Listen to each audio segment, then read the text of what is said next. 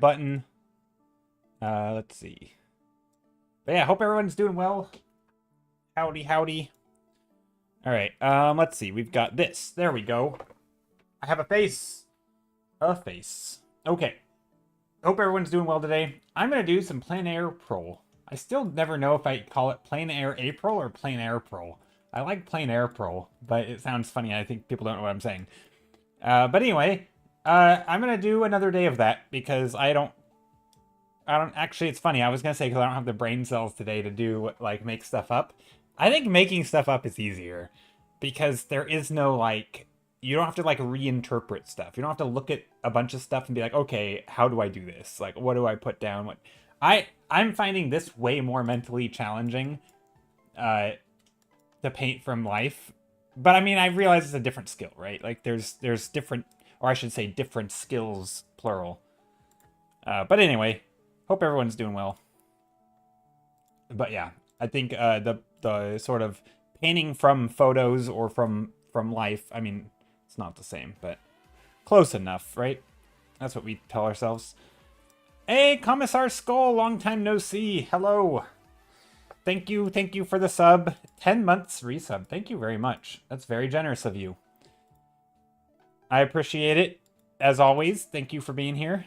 And thanks for the sub. Okay, let's do map crunch. Map. Those crunchy maps. Crunchy maps. Ooh, this looks like a, I don't know. So first location of the day. Uganda. How's it going, Joe? It is going well. Also, is it just mirrors the webcam very, like, high? It's, like, high up in my face. I don't know. Maybe that's okay. Can I do this? Can I go, like, that? Is that better? I don't know. Anyway, we're in Uganda. This is, oh gosh, this is a busy scene. Not just in, like, literal traffic, but also just, like... I do actually want to paint... This is kind of cool, actually. I mean, it looks like a nightmare to paint. Chicken tonight. Is it every night? Or just, is that the name of the... Oh, I feel like chicken tonight. Okay. I thought it was like advertising that there's chicken tonight. I mean, there's probably chicken every night there.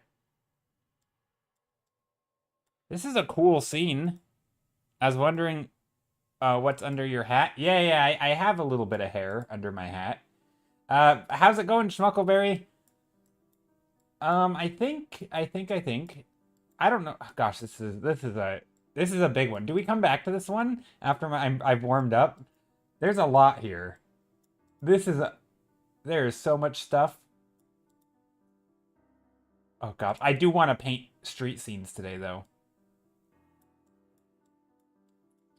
Okay, I actually liked going back here. This was neat. Wait, it is a bit, it's better. Oh, it's going better or going well? That's good. Where did we start? Didn't we start like over here? Oh, wait, no, now we're on a corner.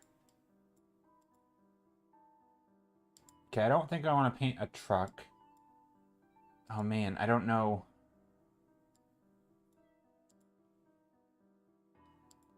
I don't know what I want to paint. I like the location at the start. Let's go back there. This is cool. Yeah, I like this because it showed like this dude I think has a cool, like, I don't know, cool outfit. I think we'll just paint this. Just like a 1-point perspective. I mean, we don't have to paint exactly a thing. But anyway, hope everyone's doing well. Sorry, I'm just... Oh, yeah, you guys can see. I'm just browsing a spot to paint. I probably shouldn't spend too long. Although that's kind of part of the fun, right? Is like figuring out how you want to frame things and like, okay, maybe this guy is the focus. And then you can see all this traffic and stuff on the side. So maybe we put him over here. And like, this is the scene. Or something. You know? Similarly, we could do this, and there's a bit of a story being told with, like, him ushering the vehicles. Like, that's not a bad way to do it. If we want to draw some vehicles. Maybe that's what we do. I kind of like that. That's a fun way to do it. Okay, well, I'm going to take a screenshot there. I think there's a lot of ways to paint this, obviously, but this will be fun. Okay. Here we go. I'm nervous. I don't know why I'm nervous. I'm afraid it's gonna be terrible. But not really. Part of the fun of this is that it's, like, quite likely to not go very well. Because you're kind of... I don't know. I feel like it's kind of... Maybe not quite likely. But, like, there's... I don't really know if this is gonna look good. And how do I want to change things, you know? Do I want to change... I think I'm not that great at picking compositions like this. Like, on one hand, this is fine, but I don't think it captures the hustle and bustle of the movement, so I might change things a little bit.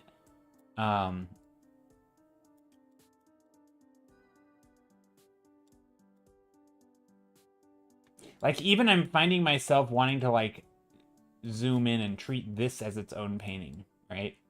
Which maybe I should do. Maybe that's what I'll do. And this car is kind of the focus in a way. I don't know. That's not a fun, or that's not a bad thing to do. Let's do that. Let's jump straight in. I'm going to start with the sketch. Value-wise, I mean, I don't need everything to be the same value, but I do like that the character and the car and, like, the things that are in focus are the brightest. So I feel like this is a good fun painting to just start with value, right? Like, we just sketch in some, maybe like a yellow-orange.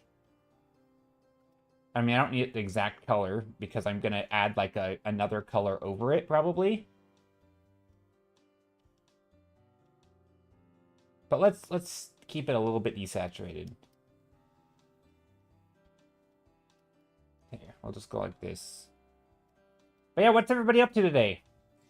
And for those who don't know, as mentioned earlier, this is, because it's April, I'm going to try to do some plein air painting or virtual plein air painting. I guess it's just really just painting from a photo. Who am I kidding? But I guess it's not exactly, because I do have to, like, choose what photo a little bit more. But yeah, basically I'm going to be doing plein air April a little bit. Not every day. Probably, I don't know if I'll do it on Monday. Maybe I will. But, yeah. So that's the thing. And if you want to join along, you can have the links. Anyone can join. You can paint the same scenes. It should work out pretty simply. This first scene is literally just the mapcrunch.com. It's the default for everybody. Or I believe it's the same for everybody. Any other locations, I will give the direct link like this. Those should be the same. But if you want to join along, feel free. And otherwise, I'm happy to talk about stuff that I'm doing, what I'm not doing, anything. Okay. Now let's jump to it. I think I want to do... I'm going to more or less keep this the same. Probably put the character, like, here. I actually do like the position of this vehicle here.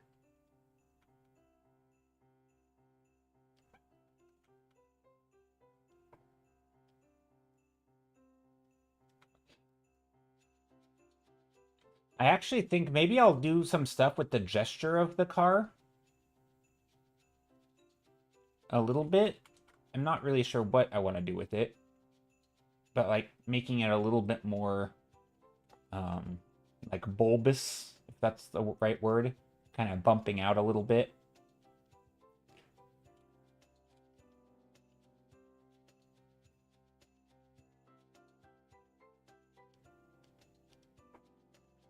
I don't know. Probably doesn't need to be. Something like this.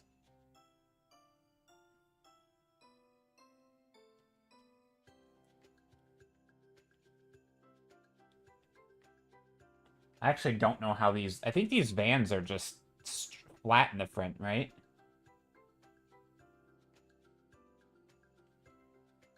I don't know. It's hard to tell.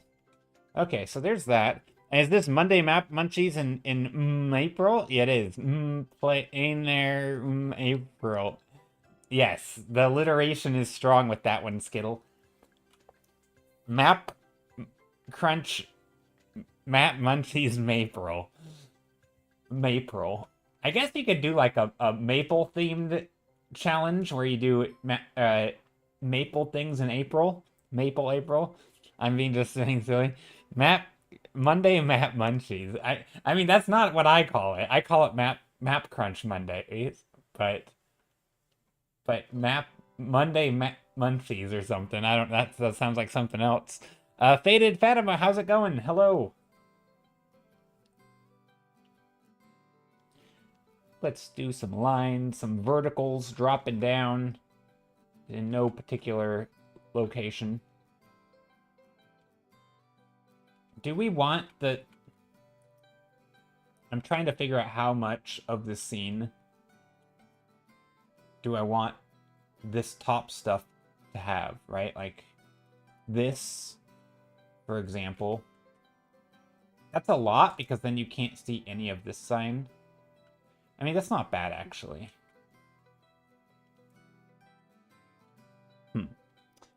You're doing well, thanks. Hope you're well. I am doing well. This is the first time seeing Joe without his beanie. Momentous. It is quite the moment.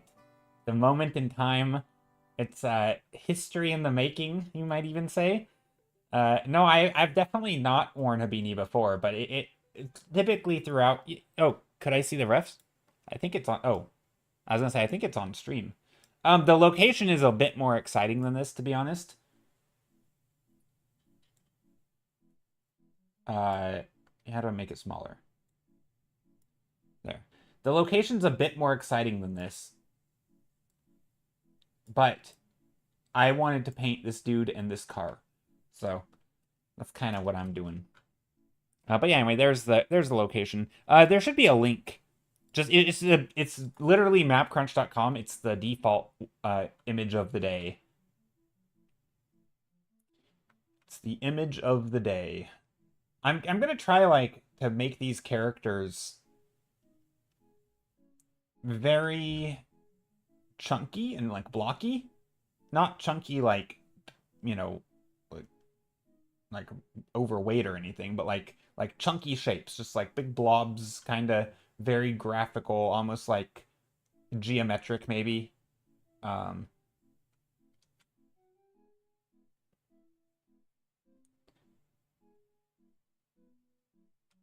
don't know how I'm going to do this guy.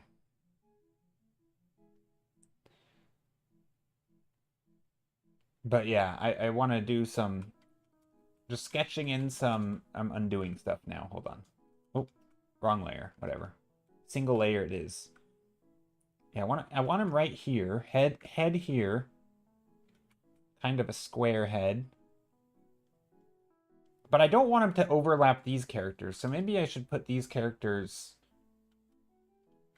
more in the middle. And then this could be over here.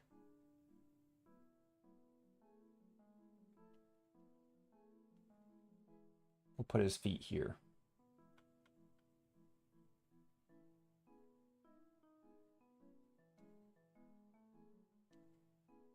I don't know how to draw characters. This is the hardest thing for me, is doing this kind of thing. Where I'm trying to make a character... Maybe it's because the rest of the painting, the proportions are wrong. But trying to add a character into the scene when I already have, in like a certain pose, in a certain perspective, and I'm trying to juggle more than one thing at a time. Where I'm not just making a random generic character, I'm making him in a very particular pose. And so I need the gesture right, but I also can't use a lot of the shapes and habits that I normally use. He's holding a paper. That's how you know he's serious. It's like one of those things where, like, if you want to get into places, just hold a clipboard. I feel like that's this guy. Yeah, perspective and people is challenging. True, yeah. Also, I did not draw him the same way. Like, these people were fine because I could draw them any size, kind of. Like, they were just in the foreground. But then once I had to make this guy the same... Also, I'm on the wrong layer. I should probably How do I do this? Because I'm not really on the wrong layer. I can kind of move stuff, I guess. I can go like this. The only problem with this...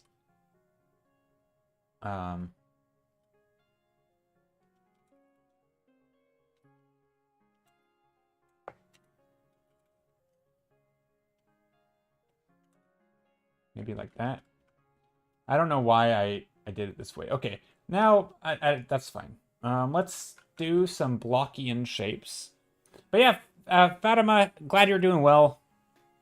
You said, yeah, you asked to see the ref, and there it is. So this stuff's gonna be in dark. I like that it outlines the... Let's just talk through and say what I like, and then I can keep those things. I like that there's people over here. I guess we can just block them in like this. We can just go like this.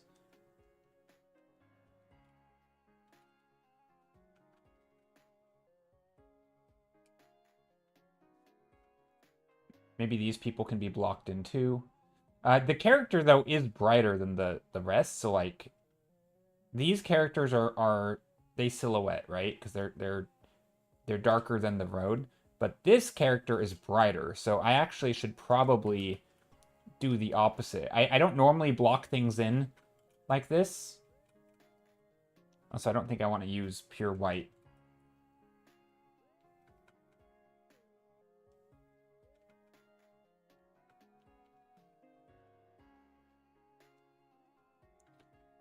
Or we're experimenting. Are you worried about the size of the characters in the same plane?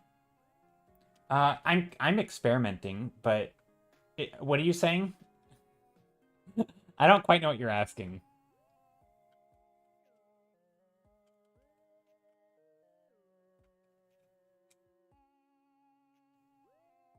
I actually don't know if this is even how I want this character to look. Eh, whatever, that's fine. And then this will be white. Gonna have some dark shadows under here. So like Paperman, yeah? And the people on the bike, yeah? I don't want them the same size. They're not quite the same size, right? I don't think they're the same size. I think Paperman is smaller.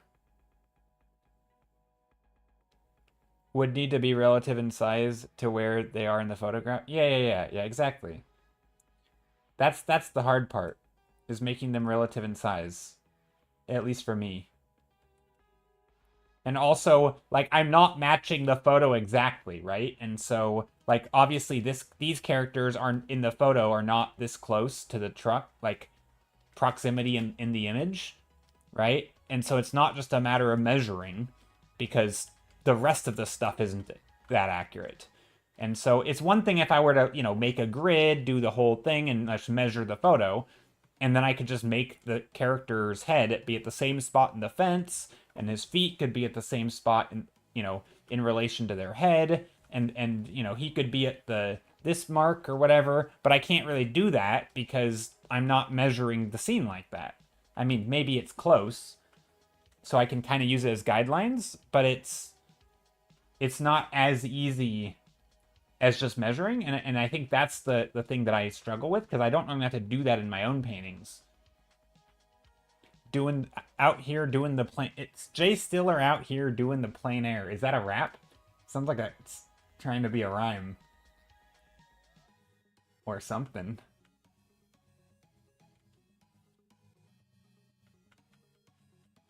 How are you? Liam Quinn, hope you're doing well. Okay. I'm just saying stuff, man. How are you? I'm doing well. I'm doing well. Today's a good day. Just chilling pretty much. We're gonna see how this plein air painting stuff goes today. I feel like today is one of those days where I'm not really in the mood for painting or streaming, but I think as the day goes on, I will become in the mood. So that tends to be how it works.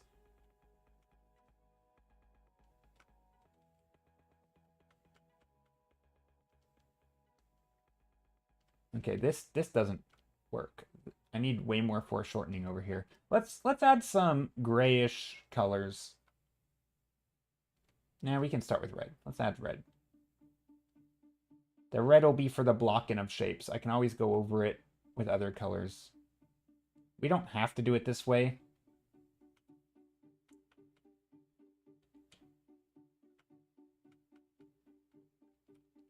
I kind of want to use a different brush, one that isn't so fluffy. This one's very soft, which isn't bad, but it would be nice.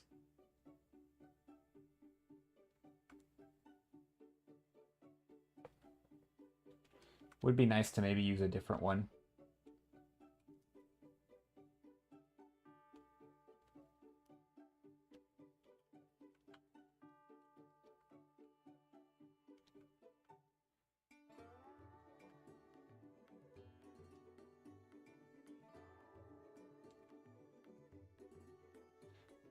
This could be a little wider. Been working on art projects for uni all week, so finally getting a day to rest. Oh, nice. That's good.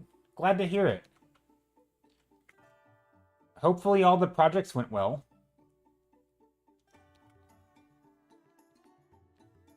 Okay, so this is not a bad vehicle, I feel like.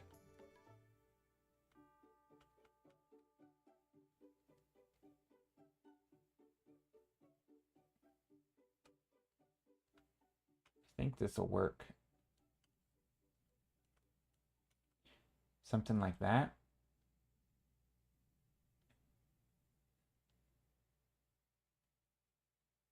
I am trying to be kind of precise with some of these shapes. Granted, I can't see everything perfectly. And then there's some characters over here. So this is where I'm going to try something. I don't know if this is going to be a good idea.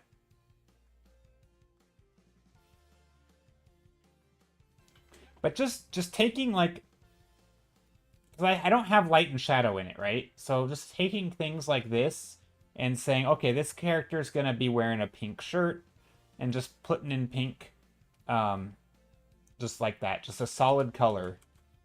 Lots of lasso tool. And I want to try it this way. You know, like this character is wearing... How do I do this? When I drew blobs. Like that. You know, this character is wearing like a white and pink shirt also. Like, again, do I need to make it striped or whatever? Not really, but maybe I do something similar. I think.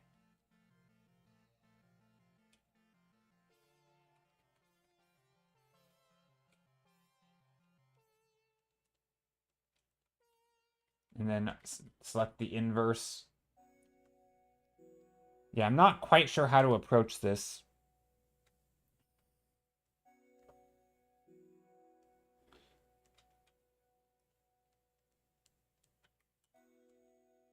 No, I don't. I think that's too much detail.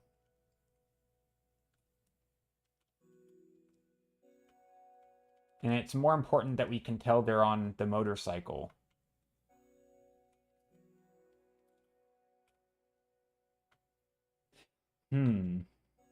How do I do this?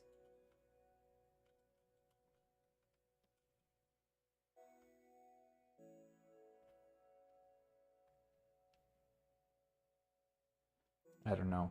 On one hand, I feel like as long as I keep on just making marks, it'll be fine. But I also want to try and make the marks deliberate one. Tough one, what a fun challenge. Yeah, I think it's tough. It's tough, kinda. I mean, it's not that bad, because, like, once you get the basic elements placed, it kind of works. But a lot of it's also, like, how do I show they're on a bicycle? Okay, I don't know how to simplify motorcycles, right? What's important for a motorcycle to look like a motorcycle, right? Like this, we can tell it's a motorcycle, partly because of their pose, right? Like, we can kind of tell... Also, there's, like, this shape of the person, which is a very distinct shape.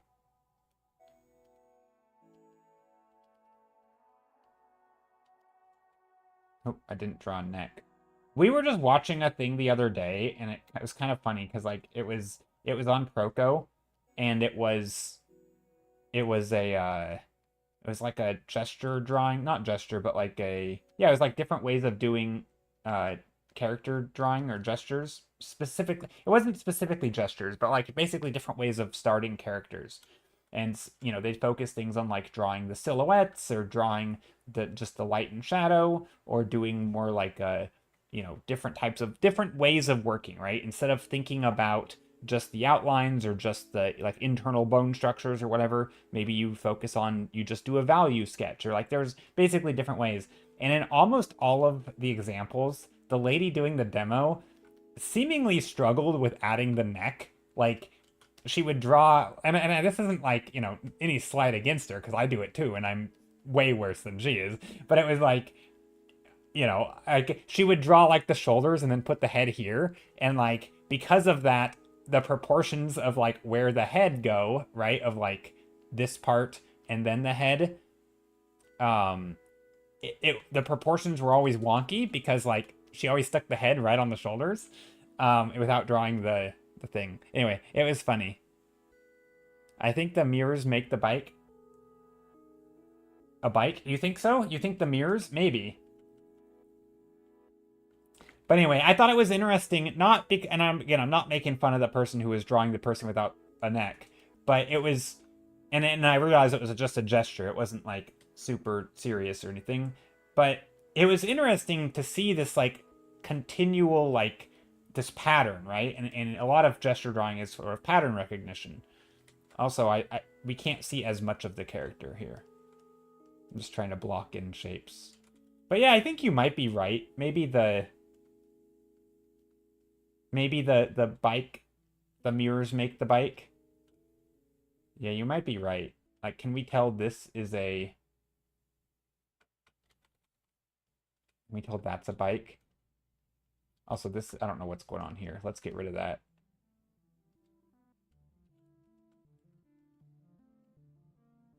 At least in this picture, not always. Yeah. Yeah, maybe. Again, yeah, I don't... And again, I don't want to go, like, super detailed here. Right? Because I don't even need these characters to be realistic. At all.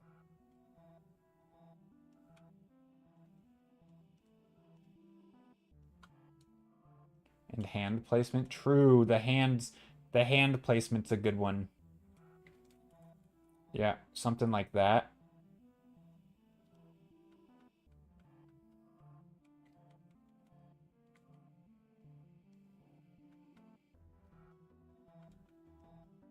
You have that little top console thing.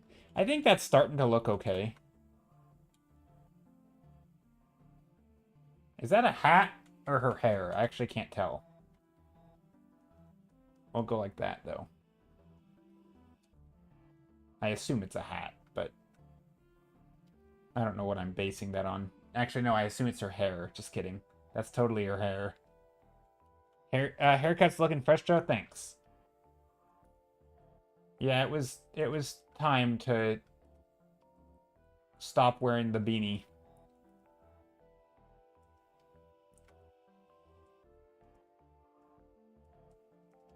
Although it actually hasn't been that warm lately. Like it's been pretty it's like a hair bun. I love how you said just kidding. Oh, yeah, no, that's definitely her hair. Yeah, at first I was like, no, wait, that's a hat. No, wait, just kidding, it's not. Yeah. Okay, so here's this character. Again, I don't want to zoom in. I didn't want to zoom in, but maybe we will for this dude. But before we do that, let's not, you know, let's focus on the stuff that matters, in my opinion. Just some of the little things back here. We've got this stuff going downhill, and maybe these don't matter, but just little dark patterns of shapes.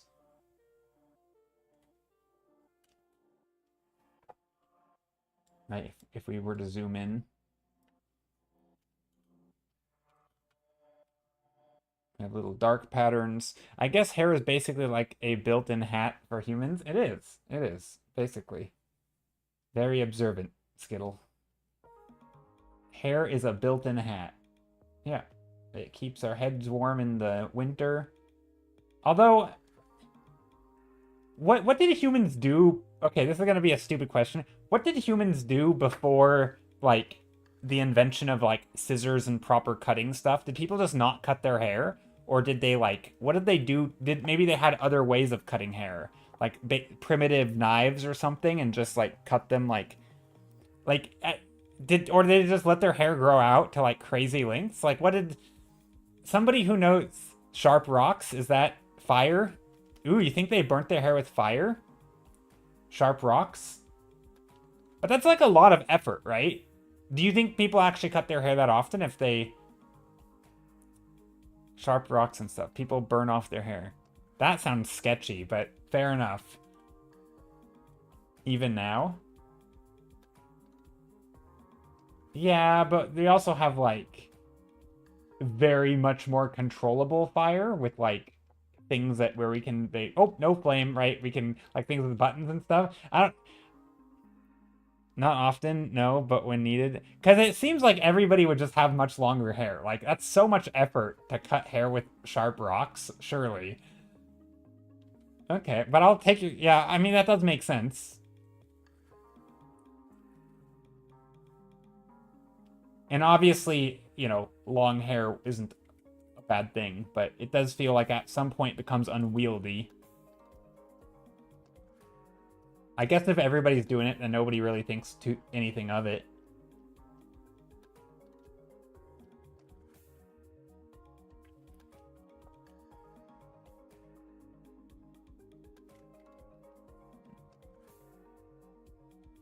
Fire wouldn't be my first thought if I didn't have scissors, but maybe, yeah. Also, hi Nightshade on YouTube, how's it going?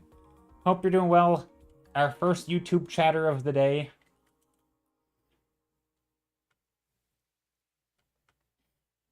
We're gonna give this person who has very bright blue clothing over here, we're just gonna give them the basic blue because I don't want it too bright. But I do want to add a bunch of like dashes of color, right? Like little bits of color over here. Right? Little things over here. Maybe there's like another truck or another car, I guess. Because there is in the photo. Um,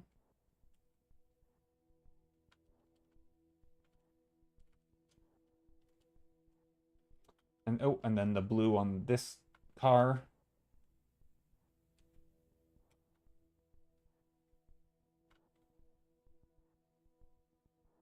Maybe you can make it a little more blue. Like that. And then this could be like a light blue.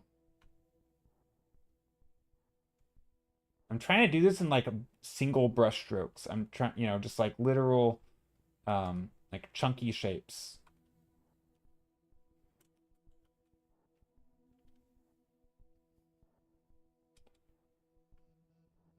Or like simple methods for adding it. So for example, if this is uh, like a solid red orange thing, like there's these little, I don't know what they are, but they look like squares, right? Maybe I put them here and I start with them square, but then I take the white and I just do like lines through them, right? Just very simple ways of adding those details. Um, but yeah, let's add some cool, like maybe a purpley color for the shadows. The shadows are pretty dark in this, but I don't know if I want to go that dark.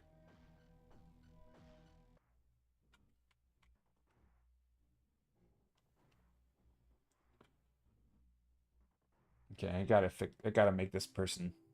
Ooh, brake lights. Yeah.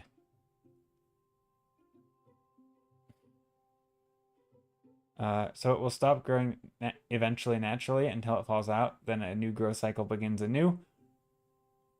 Only few animals don't have growth cycles like that. True. Yeah, but yeah, like human hair can get crazy long though, right? Or is that only if like you have a thing that is like a genetic fluke? Because I know some like if you look up like records for like the longest hair, it's crazy long. Like so I assume maybe those people are just like genetic freaks who for whatever reason can't, and not in a bad way genetic freak. I'm just using that term to be like literal freak of nature of like genetic mishap where you have like some part of your hair doesn't function the way normal people's hair does, and it just keeps growing forever without ever falling out. Well, yeah, like a lot of, yeah, maybe that's not a very polite term, but like, yeah, exactly, an anomaly. That's the word I was looking for. Okay, so my language wasn't very politically correct. Yes, an anomaly. A hair mutant. A mutant. That's the word. Yes, like just a genetic mutation. But like not, yeah, not in a bad way. I feel like if you were to call someone a mutant, that's kind of assumed to be a bad thing. But no, like not a bad thing. Also, these shapes I don't like.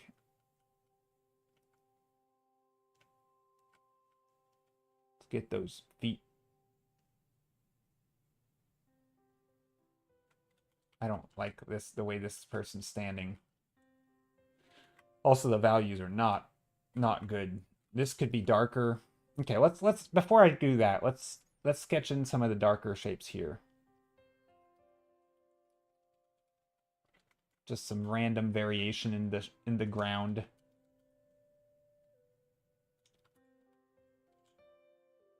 Peter Steves, hey Joe. Hey Peter, how's it going? Hope you're doing well. All right, let's sketch, oops.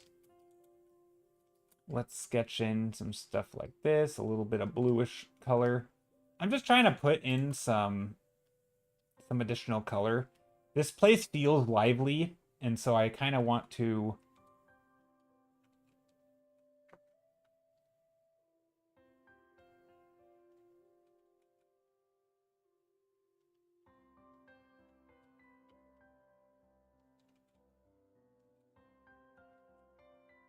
So I kind of want to sketch in some of those things that make it feel that way. You know, like there's a random sign back here. Or I assume it's a sign. I actually don't know. It's kind of hard to see, and I'm not really trying... I'm trying not to zoom in too much. Although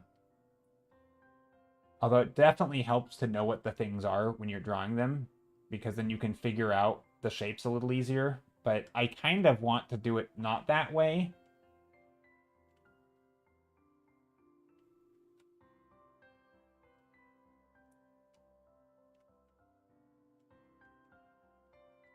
And there's like a shrub over here. A green shrub that's kind of green. It probably isn't super green. Probably quite yellow. Nightshade on YouTube says, well, calling people freaks has a negative connotation because they used to be people into deformities on true display in circuses. Pretty messed up in retrospect, but people used to pay to see that stuff. That's fair. Yeah, no, yeah, it definitely isn't a good term, but like, yeah, for sure.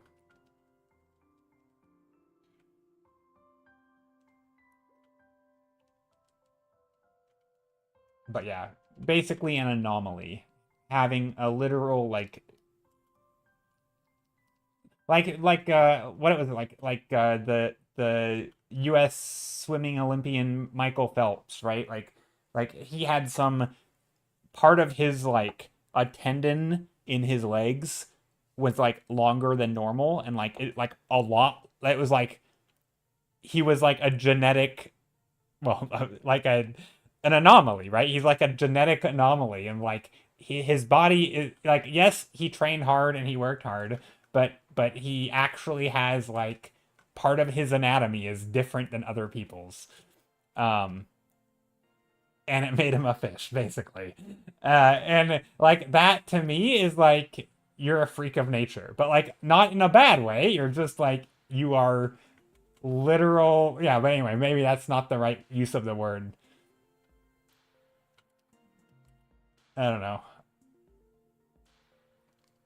But definitely an anomaly. Well, and the fact that I might have gotten some midlife crisis of being alone, but trying to stay fine and sane. Oh, that's good, Peter. It says going fine. I might be getting a burnout or something. Oof. Yeah. Well, that sucks. I hope you don't get a burnout officially.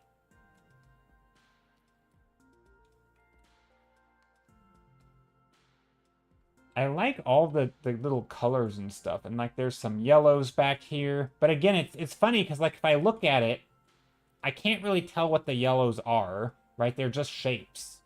It's like, oh, there's a little bit of yellow up here, right? And there's a little bit of yellow here. And I don't want to paint exactly what it is, right? Because it's not that important to me. It's just like, oh, there is yellow back here, right? Or there is orange back here. And so I'm trying to implement it in kind of the way that my brain sees it. Like, okay, I see some orange back here without really caring what it is. Maybe this one can be a little bit more tent-like. Because I do know this one's a tent. If you look at it, it's quite apparent.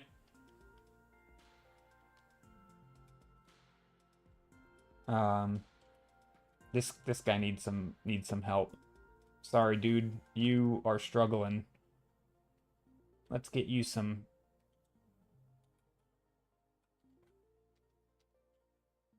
darker bands around here.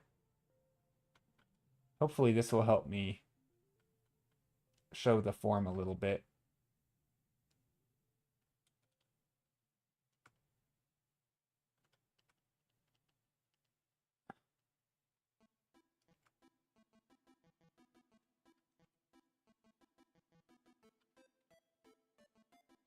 Joe, are you doing the thing where people then vote and you get one to work detail? No, not today. Today, because this is April and it's plein air April. I am not doing that today on these. These are just little, like, I guess you could call them studies or just virtual plein air paintings. It's not real plein air painting, of course. Some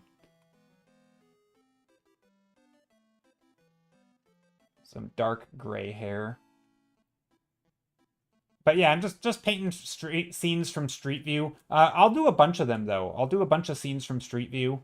And you guys can join along if you want. That's kind of today's thing, I guess. This is literally... Oh. It's on Map Crunch, so just... This one is the... Share. Copy. This is the scene. You think it's the hat? Is that a hat? No, that's his hair. Maybe it is a hat. So wait, you're saying that's a hat and that's her hair? That's totally her hair. Actually, I don't know. Is that a hat? That could be a hat too. No, I think that's her hair. That's his... I think that's his hair too.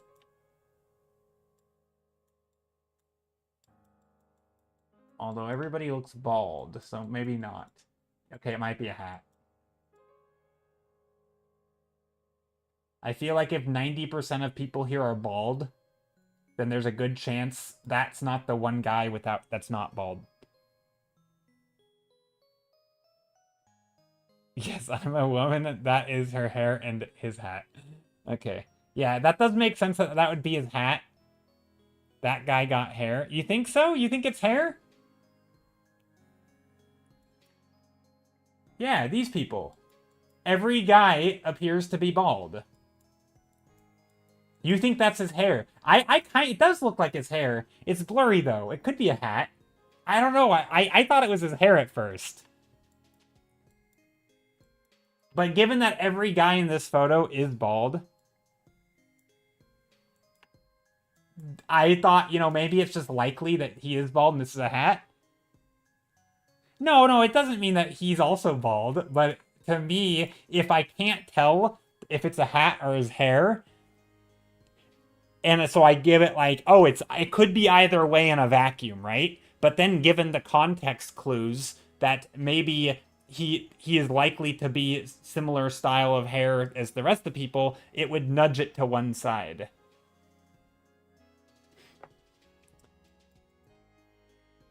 It's true, it could be close to their scalp. It could just be very short hair, but given that they have literal shiny heads in these photos, I mean, they are blurry.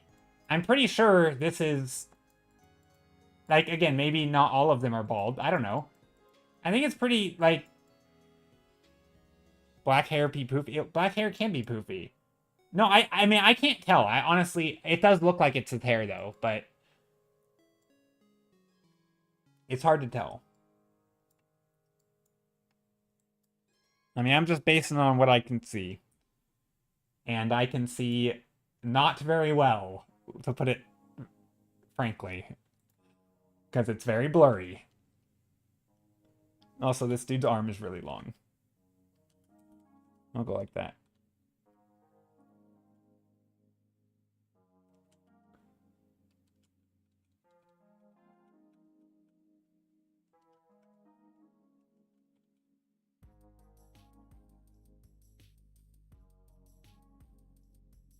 You got that kind of hair?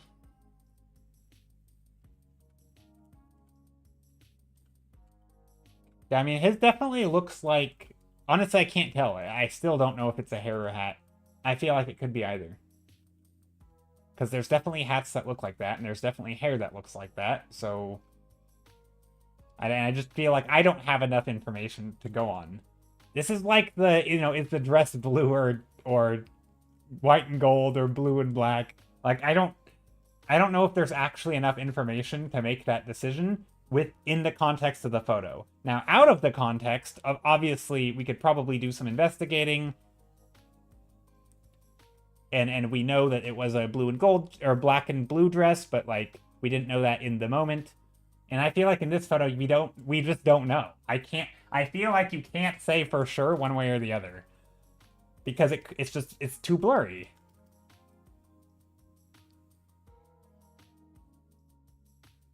Here's the info. Reflective vest, combat boots, paper in the middle of the road. Yeah. I can see the other stuff. I don't know their normal uniform.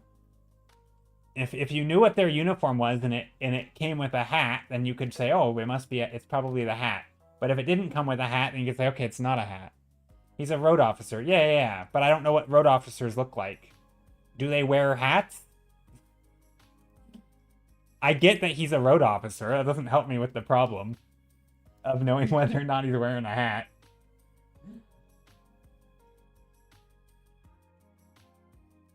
I'm not saying that we couldn't research it and figure it out. I'm saying based on the info that we have, I don't think I'm in a position to make that call. And I don't think it matters one way or the other.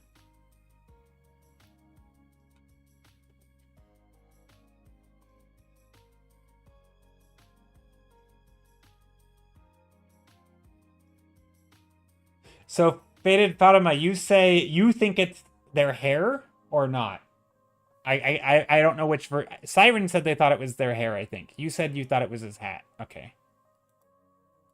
Investigate. I mean, we could probably take a look at a better angle. So if we were to bring this up, we could probably just move down a few pixels and see. Wait, where is he?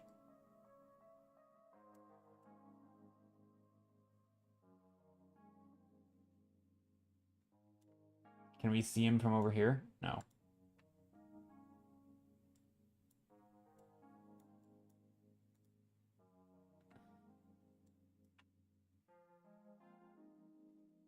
I'm looking for another angle of him. I can't find him. Man, this car...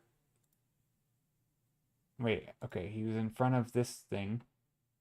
Where is he? Where is he? Oh, he's here. Okay, that's a hat. That's for sure a hat. We can see it right there. That is very clearly a hat. Yeah, that's a hat. Faded Fatima is right. Yeah, that's a hat, for sure. Yeah. Here's more images of them.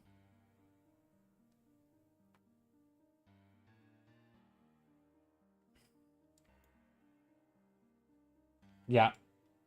I shall accept my wrong. I didn't know. I thought it looked like a fancy hairdo, but at the same time, none of the other people had fancy hairdos. Like, literally everyone's hair is just more or less shaved. Not completely, but like, I mean, this guy has hair. He has hair. That's the first haired guy I've seen in this spot. I'm sure there's others. But this guy's wearing a hat. Oh, that guy... Oh, that's not a guy. But yeah. Lots of not a lot of hair, though, to be fair. Oh yeah, no, there is totally hair like that. Yeah, absolutely. Yeah, in this view, it's. Wait, was this the view we were just looking at? It's funny now that I see it. It's obviously a hat. It's funny how like this is the thing we were looking at first, or no, is it? Hold on. Yeah, this is what I was looking at. It's funny that now that I look at this, it's so obviously a hat.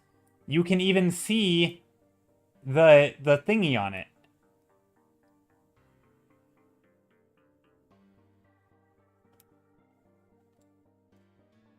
But yeah, if you don't really know what you're looking at, then you're like now that I know it's a hat, it's obviously a hat, right? Like my brain sees it now as a hat. But when I didn't know that it was a hat, I didn't know. Yeah.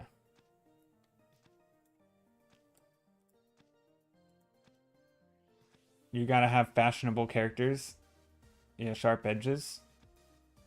Well, and the little metal bit that's literally shiny. You have a literal metal shiny thing, I think. So there's that. But yeah.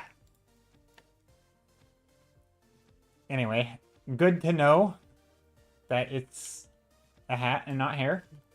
That mystery will be forever put to rest.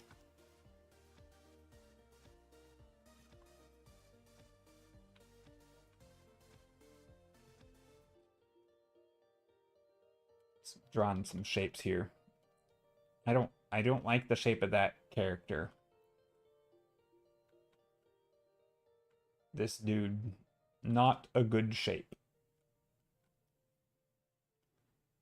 Or at least not the way I'm drawing it. That's what I mean.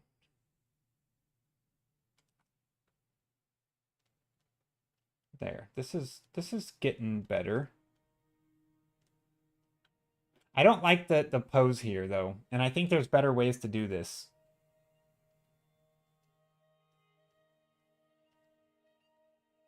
I think the hand would help a lot here.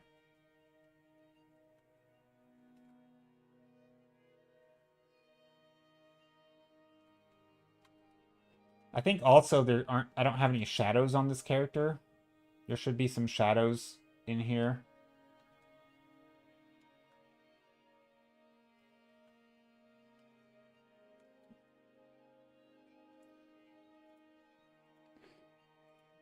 This be the fun game show question. Looking at blurry images and trying to figure out what they are. I'm not. Is that fun? Maybe. I'm not sure if that would make for a fun game show, but to each their own, I suppose. Everybody has their own type of fun.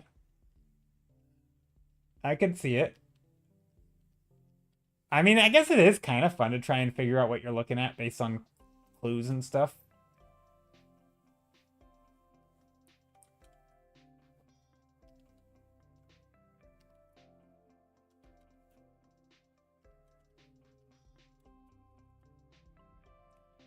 Okay.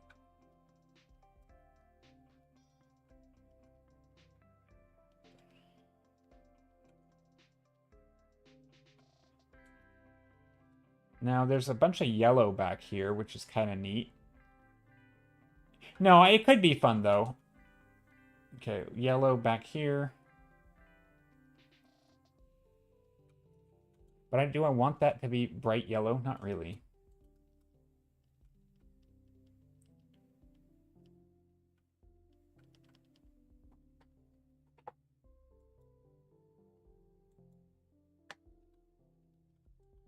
This road also can go like this.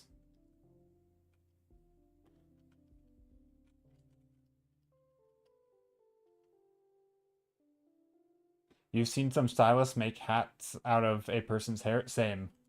Yeah. I mean, again, it could have been that, right? Like, it's possible. I mean, even no, now it's almost certainly it's a hat. But like, there are always cases where and that's where I'm like, when you're looking around, and that's why I'm saying like,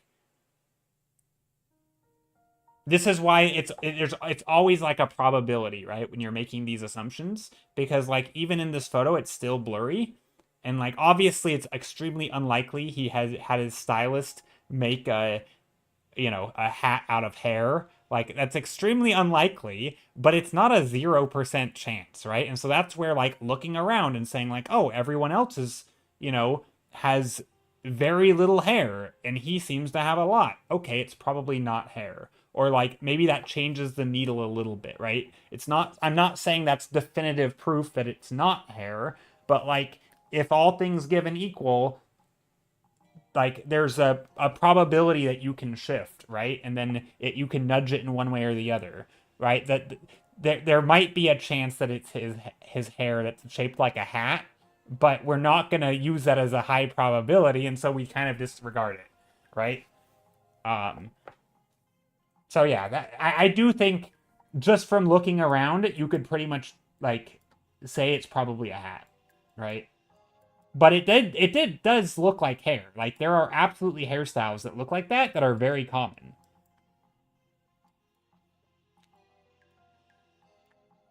But now that we have context, it's pretty obvious. But I didn't know that at first.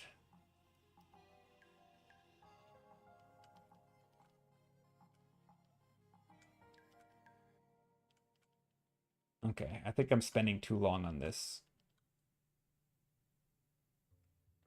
That's what makes things cool though, how people see and perceive the same picture, sort of like visual Chinese whisper. I don't know what that is. I love seeing how different people draw the same thing. What is Chinese whisper? I don't know what that is. I haven't heard, I mean, I feel like I've vaguely heard of it, but I don't recall what that is. Yeah, this is very blobby though. I don't like what I'm doing here. Which is fine. It's fine to do it blobby, but broken telephone. Yeah, that's what it sounds like.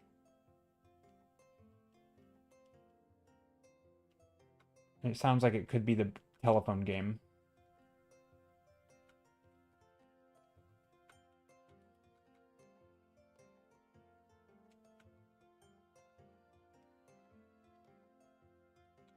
I'm putting in some green. Some green to go with this red.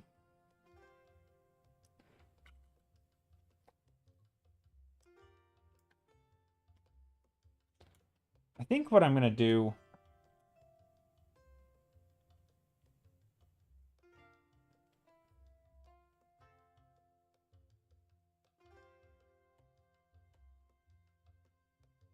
This is just an experiment.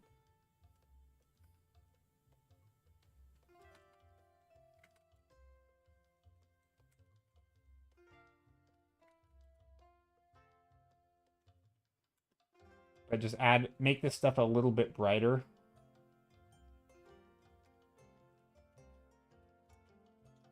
Also, where's the light coming from? It just must be straight down, right? Nearly straight down.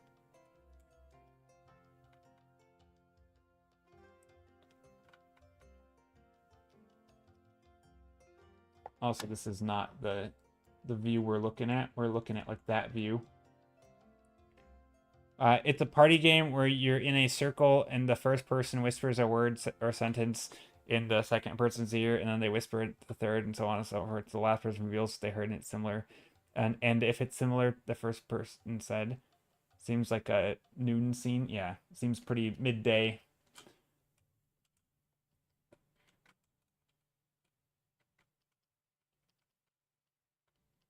Okay, I realize this is not how bright this stuff is, but I want to make it look a little brighter.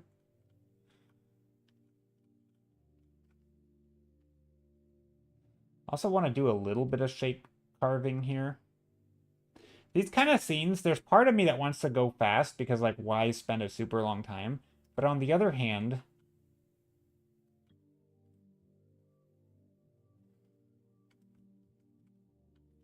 you probably learn more by slowing down a bit, you know?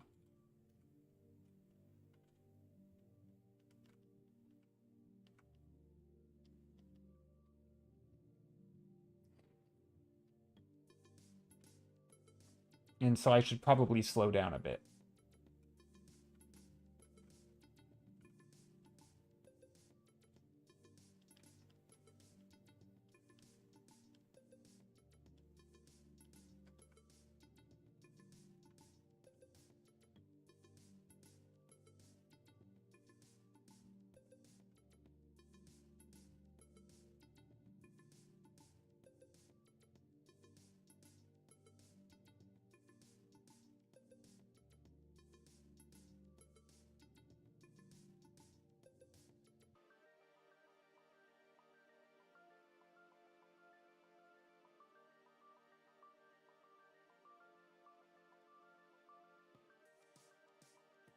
So something like that, maybe.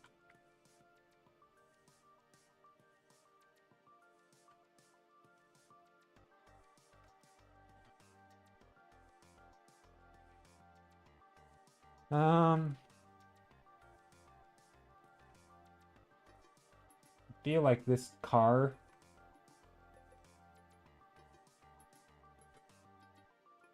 can maybe get some better shapes in there.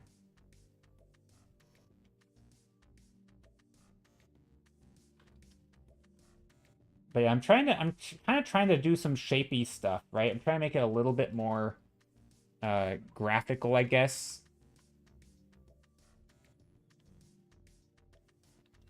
Just to like play with sort of a, yeah, just like a graphical look. A little bit more than normal.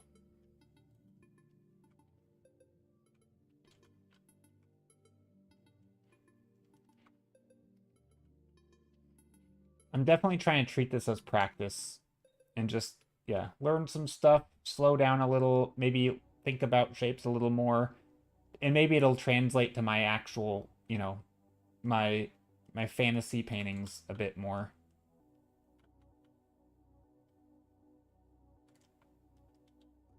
Okay, don't really know what's going on in this car. Again, blurry issue.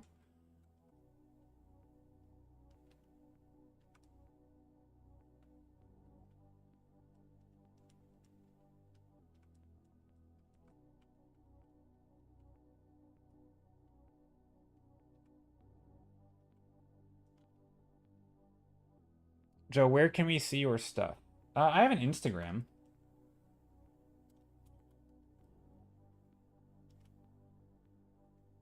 Your official paints. I mean, they're all lumped together. They're all lumped together, but like most of the stuff that I do is just on stream, but it's just like making stuff up, more like one day speed paintings or concepts. Um, but then but there's also like commission stuff mixed in there. I could go through the stuff on Instagram and like point out what is like a commission and what's not. But a lot of like I haven't had a commission super recently, but like uh a lot of the commissions that I have had still fall in like the more loose like concept art vibes. It's more design focused. Some of it's definitely been more like heavily rendered, um, and more like super polished stuff. But like the thing, I mean, this was a long time ago now, but the somebody shared it on Discord. It was the last print that I sent out that somebody got, the bear dice one. That was actually a commission. And yes, I had permission to send it out as a uh, as a print. But this was a commission. This was long ago though. That was a long time ago.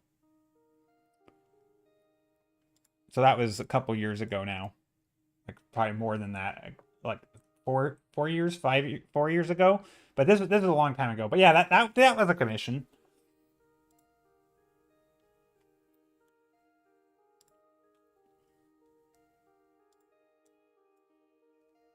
But I don't have like a separate place with them. They're all just on Instagram.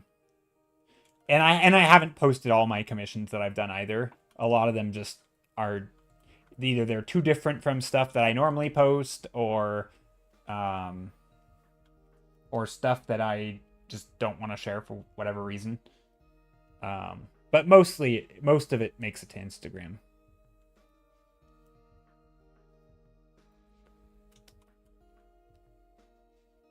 Okay. I saw a shot behind it. It says chicken tonight. Yeah. It says chicken. Well, it doesn't just say chicken tonight. It says, I forgot what it says. There's a small word. It says, I feel like ... chicken tonight. It says, I feel like chicken tonight. But yes, it does say chicken tonight. But yeah. That I feel like is the to me, like it changes the meaning of the sign.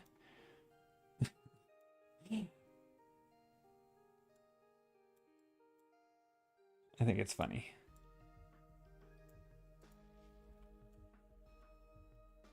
Um,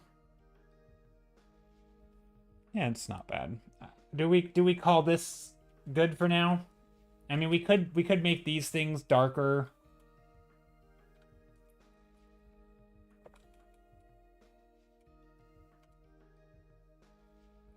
There's some shapes back here.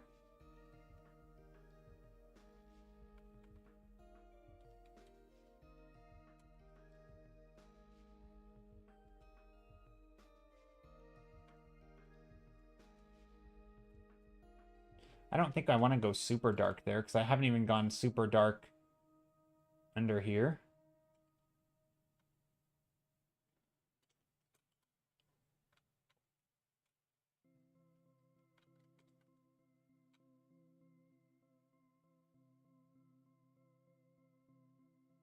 Just trying to block in shapes so that this can feel more like in the foreground.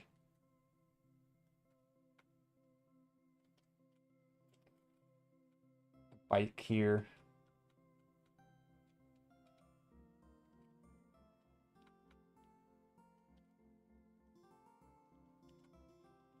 Trying to do the foreground occluded stuff. Just the foreground shapes being a little darker.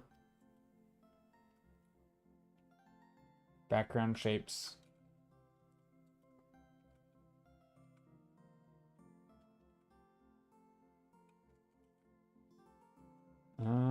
Just a little pole back here that's kind of greenish.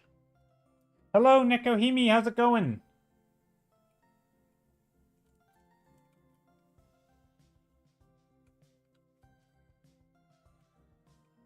Trying to make some shapes here that are very chunky.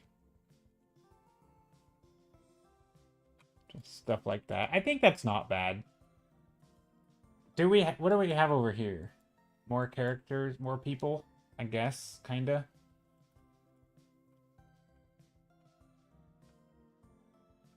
We can do some shaping here.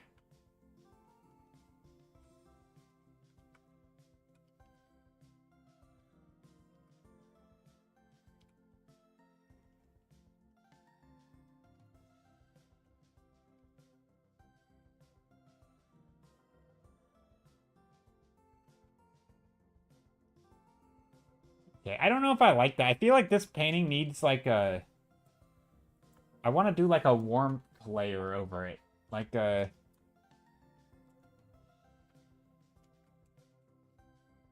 I don't know. Do I really want to do that? No, I don't want to do that. And that's not bad. It works.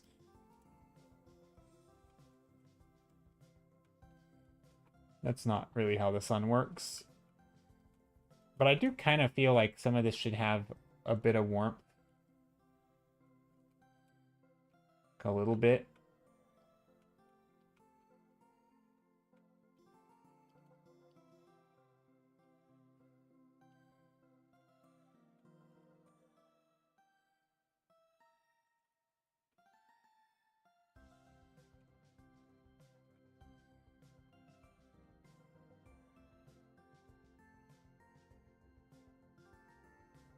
Little tent back here. This stuff is also light up top.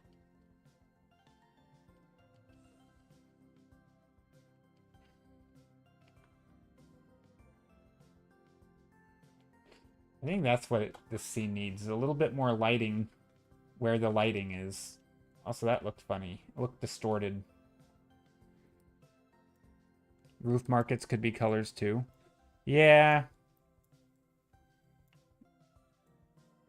Market roofs could be colors. There could be. I don't want to put too much colors up here, though. I think it's better that I just focus on the light and shadow and make them brighter. And then I can make the shadows more distinct. So, like, this could be more distinctly light.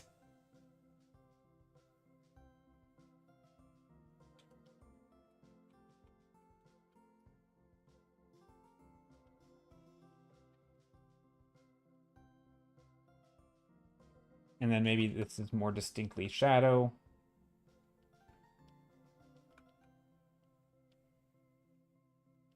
Little shadows back here. Oh, you meant to color the light? Oh.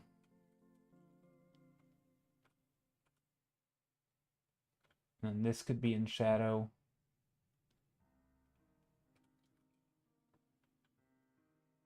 So just lots of little shadows back here.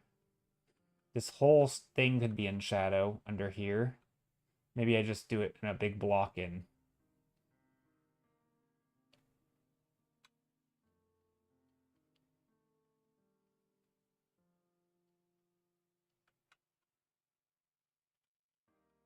I think that's already better.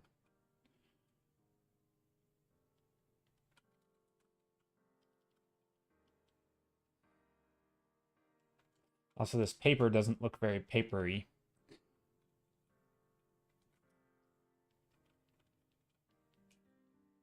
Yeah, that changed it. Yeah, for sure. I just needed some more distinct light and shadow. It wasn't reading as very good.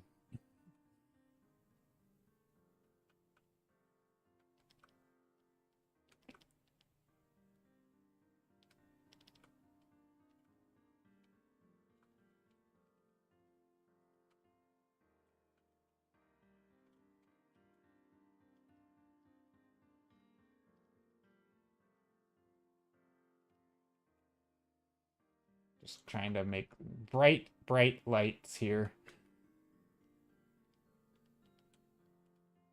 Probably could even go like this.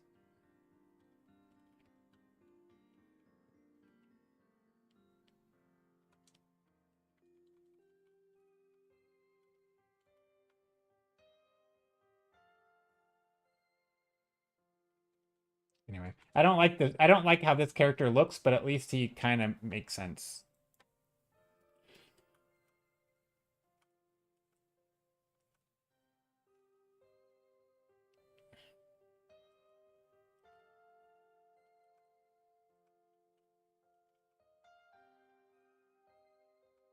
Doesn't help that his feet are turned at a weird angle.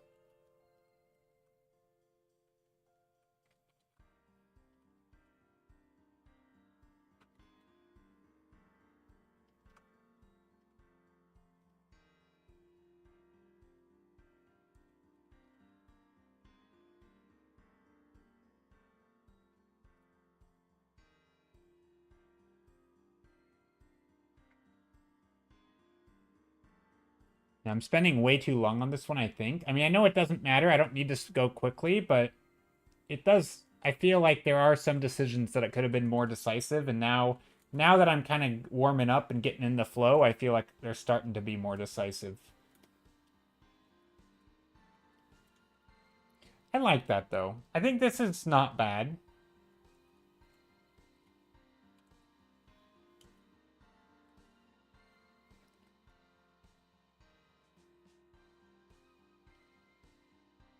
Now, there is a sign up here that says taxi.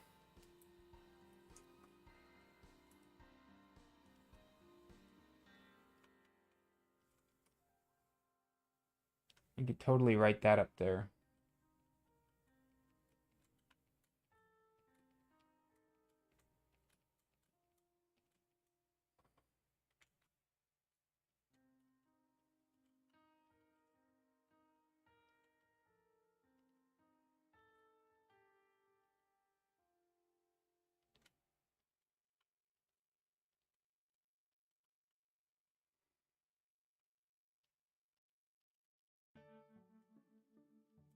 Something like that.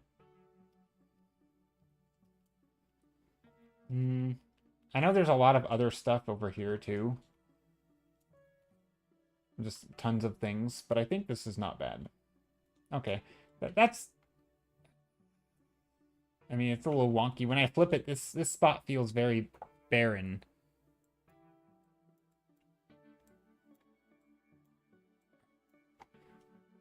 Should I have put the start of another vehicle over here? Nah. Maybe we put some of these characters over here, though. There's a dude standing over here. It's not going to be in the shot, in the actual image, but...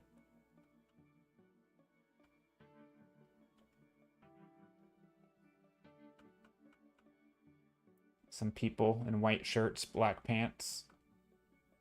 At a Pikachu. A chicken crossing the road? That'd be pretty funny.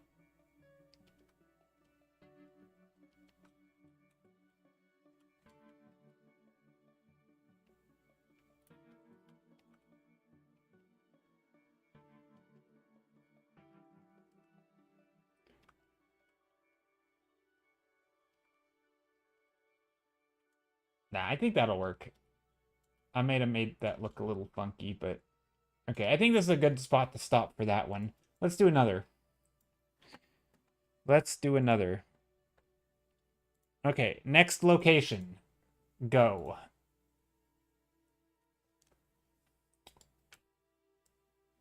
A wall. Ooh, an alleyway. That's kind of fun, actually. No, wait. Nope, we can't do it. Not this scene. This isn't a real location. This is a, hat or hair? No, it's a hat, hat or hair. Just kidding. That's a hat. Okay. No, but this isn't a real location. This is a, I mean, it is a real location, but it's not an official, like, Google Street View. You can't move. It's a beanie. Yeah, it's a beanie. This one you can't move, and I don't like that.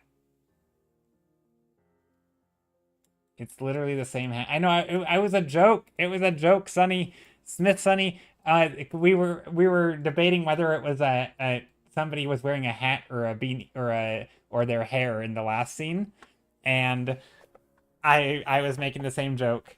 I knew it wasn't. I knew it was a hat. I'm allergic to fun. I know. It's okay. So am I sometimes. Okay, you were lurking? Gotcha. Yeah, so this scene, I'm not going to do it because we can't move. I want to make sure it's a real scene we can... Like, this one, it would be okay. Because we can move in this one. This one's nice. Very idyllic location. Look at this. Very, very rich? No, I don't know. I don't know if rich is the right word. But they...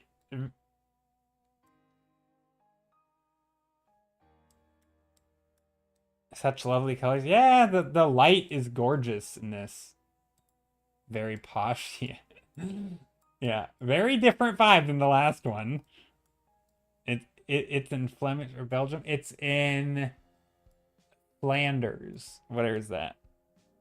I think. Yeah, let's take a look. Where is this? Belgium. Yep, you're right. It's Belgium. Belgium? Okay.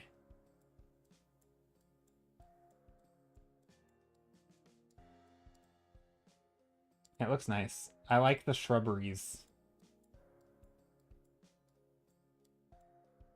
This would be a good just like material study type thing.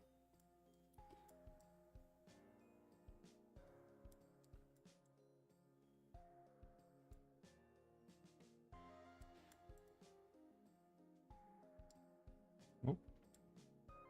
It's a nice tree also. Look at that tree. It's gorgeous.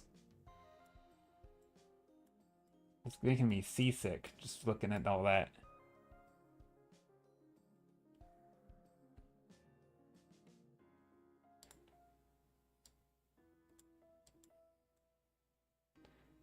I like this. This is nice. I don't like there's no what do I want the focal point? Like what do I want to focus on? What do I actually want to draw? I mean, this is pretty nice. Can we go a little bit closer? That's a good scene.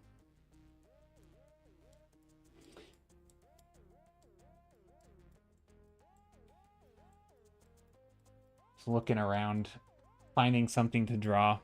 It's a church? Yeah. I mean, we probably could go and find a better angle of the church from the other side of the road or something.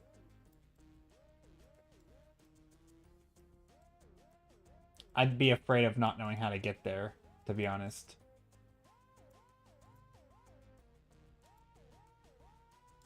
I feel like if we go this way, though, we'll be able to find the church. And then take the next left.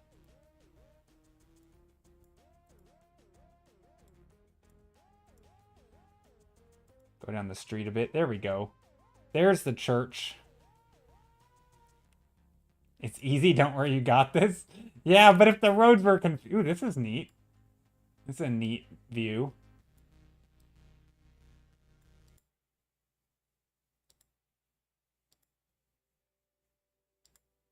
We're going to turn around here in a second.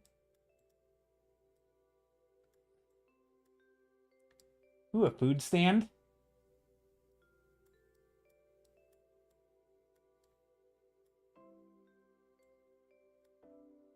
There's the church. I do like that long row, though. That's kind of neat. Ooh, this is neat, too. This is a cute scene.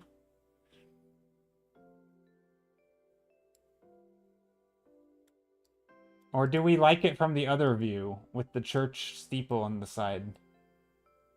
So that's a neat building, too.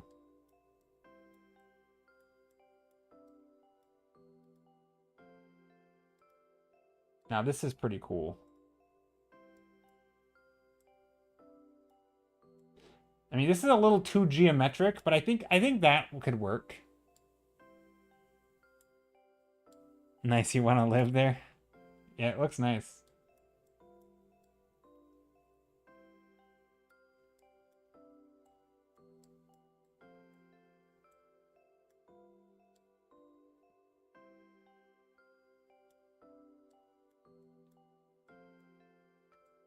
I mean, I think I'm just painting this. I'm not even going to paint the church.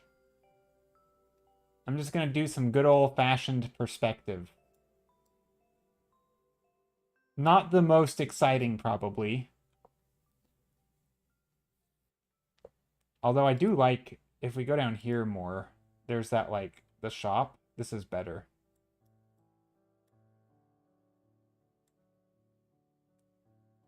Yeah, very one-point perspective.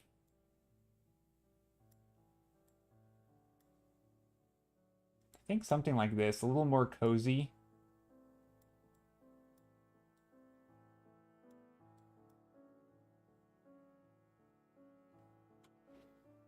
Let's do this.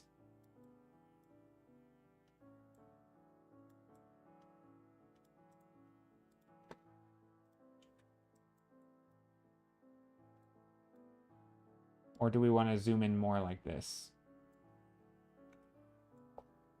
I'm not sure. Hello, sir. Hello, sir. Good evening, says Alfred Afterburner. Hello, Alfred. Hope you're doing well. Yeah, I have signs of life. It's nice. And those oranges are just healing me. Oh, these oranges? Yeah, I don't know if I'll include them. But yeah, anyway, if you guys want this location, here's the location. Anyone can paint these. There they are. I will pin that one to the top of chat for a bit.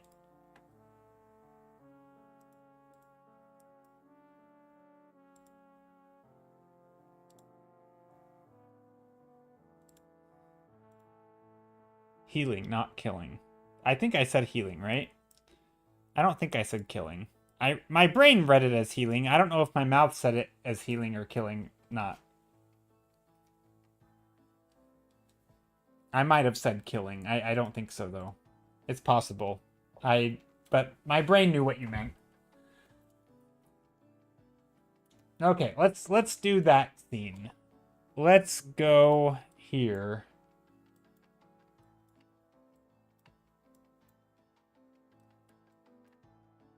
I like that. A little cozy scene. That's not too bad. Not too shabby. Do I want that as the framing, though? I don't know. I'm not sure what I want to do here. Let's just start. Let's just start sketching, blocking in things. We're looking down the scene. We've got... most of the scene is over here.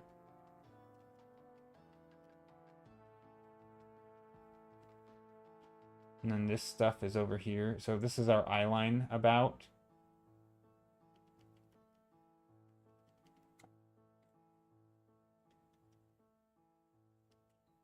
I'm just going to make some hard edged lines here. Who needs... oh, that's not where it was. Over here.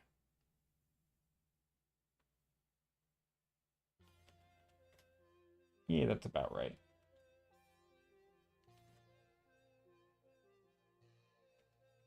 There we go. Just some very hard-edged lines. And then, of course, we have lots of verticals. Okay, there we go. We can get rid of that. Okay. I've got some idea. This is about where we're looking.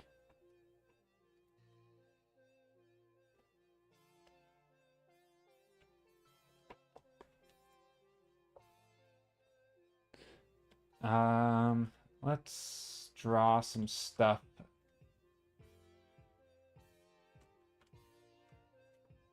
Drop some straight down lines. Trying to just get some general shapes in here. Some general measuring. So like if this is gonna be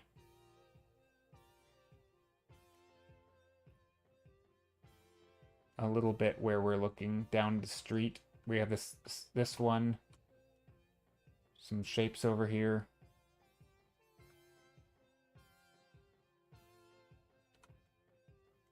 But then also there's a ton of foreshortening, right? We have all these buildings are very tiny, and then they get larger.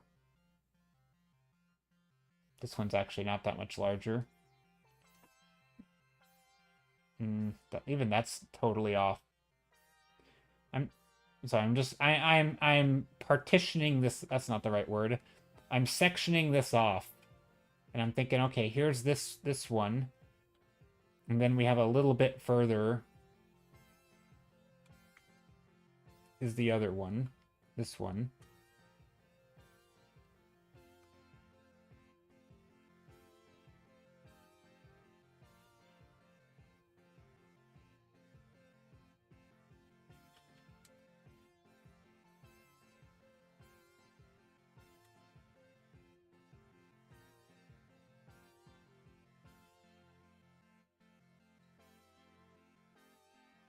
This is going to be this wall going horizontal.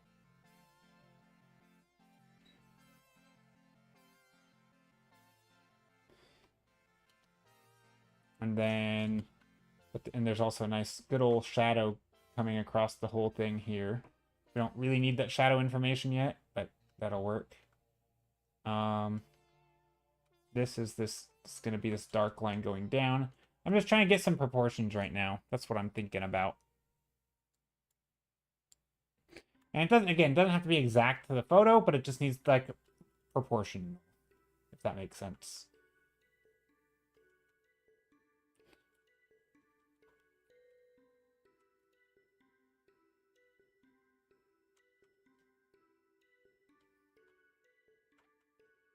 Now, what am I doing here? What's all these shapes? We have this first big shape here. Then we have the window shape here. Probably that one doesn't need to go in as far. And then we have 1, 2, 3 lines. So 1, 2, 3. Or 2 between it.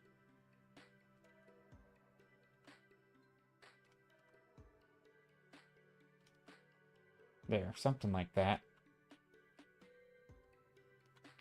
And up top, we can't see them as easily. I think that works. That starts to get the general vibe.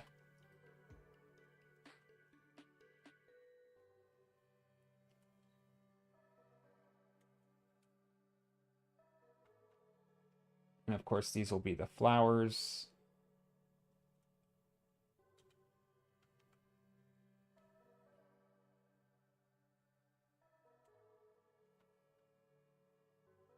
Okay, now we can start playing around with some shadow and light. What's this song? The song is I don't know. It's the here I'll link the playlist. Oh, not that.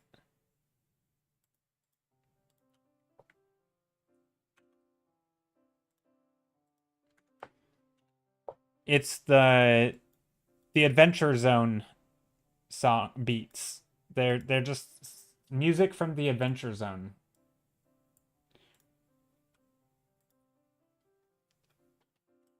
Okay. Now we can start sketching in some stuff there.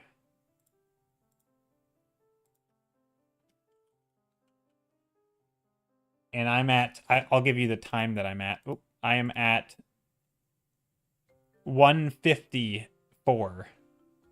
So the song, whatever song was playing at 153 is the song you were asking about.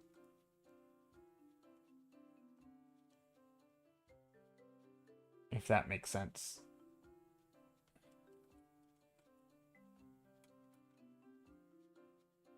Oh, that's not where this was. That's... I messed up the perspective. That's okay. Doesn't need to be perfect.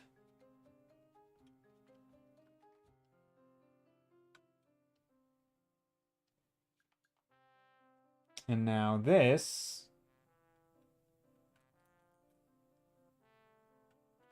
can go down. Also, this is not going to be pure bright. Although this can be a little brighter. Nope, that's still way too bright. This can be darker. A yellow-orangey color.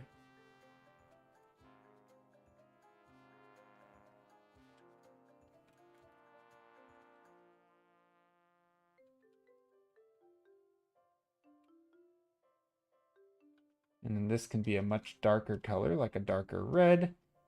I'm trying to keep my colors pretty muted right now because I don't actually need to make any decisions with light color. I can always change color and stuff later.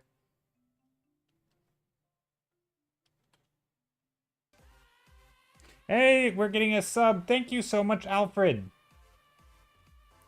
Thank you for the sub. Hope you're doing well. Thank you very much. It's very generous of you. I appreciate it. Okay, I think that's not bad. For the general perspective, general vibe, it is a little cooler. We get a lot of cool lighting in here. So like all of this is surprisingly, I mean it's not literally blue, but it's pretty dang cool in light.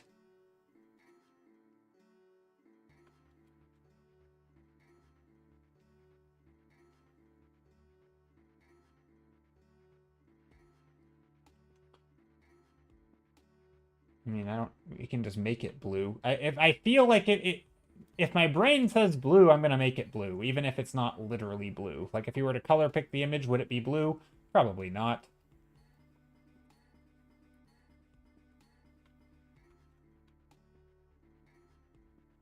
But it's like a red mixed with the sky.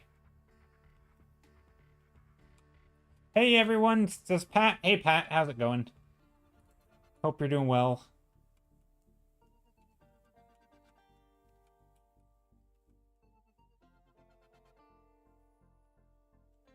There, let's put some orangey color in here. Gotta make sure it's also bright enough, not just orange, but bright enough to be the sun.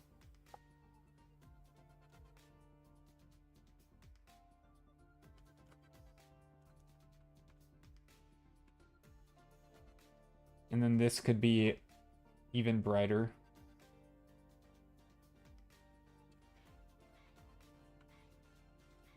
Like that.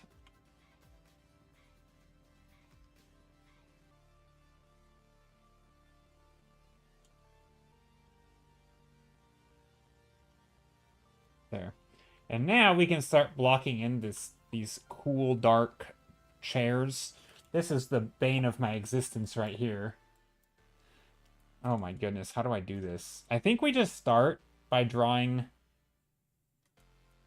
the squares for the tables. I don't know. Oh gosh, this is awful. Okay, so I think we just start by drawing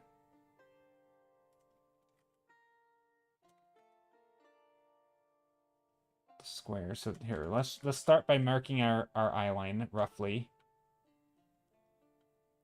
Squiggly lines. No, I think there's ways to do it a little more methodically.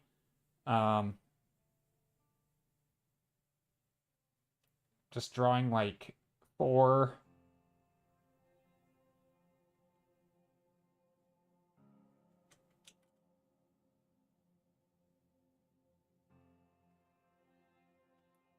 tables.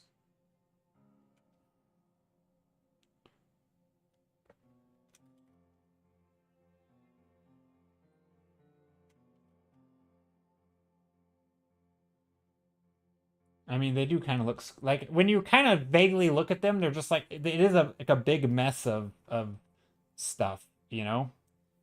But no, I think we can go like this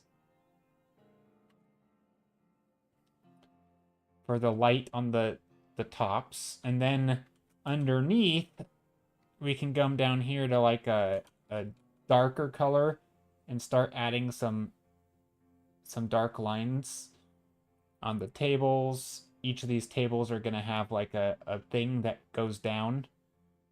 Um,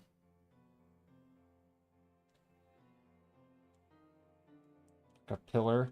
And then underneath it, they're going to have their...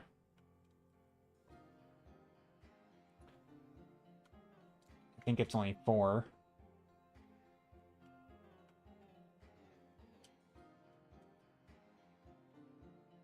Lines like this.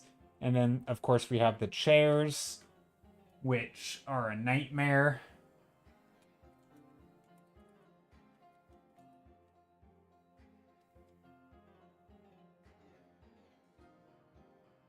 Should probably also make, like...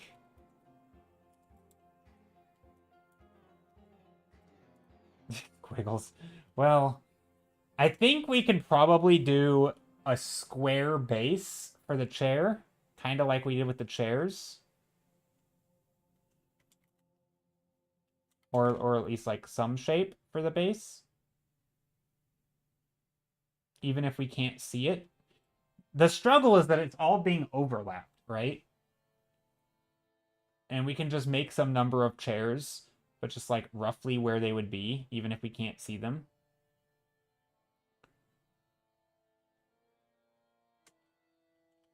And then from the base of each of these, we can just draw the lines for the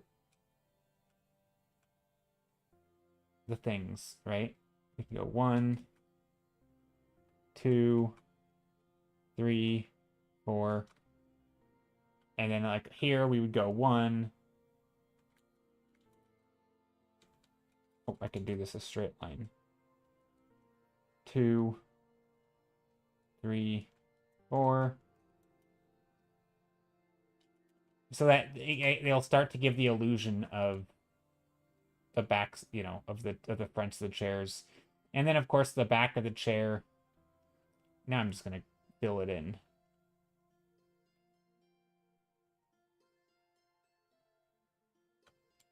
Yeah, the chairs are essentially lines, and then there's... Yeah, it's a tough one. But as a mass, there are still, like, big blocky shapes, right? Like, we can see... I don't know. It's not looking great, but... Like, here, I have no idea what we're looking at, right? Like, it's just... It's so hard to make sense of it, right? Because there's so many crisscross lines. But I think that's okay. Because, again, it's kind of the vibes, right?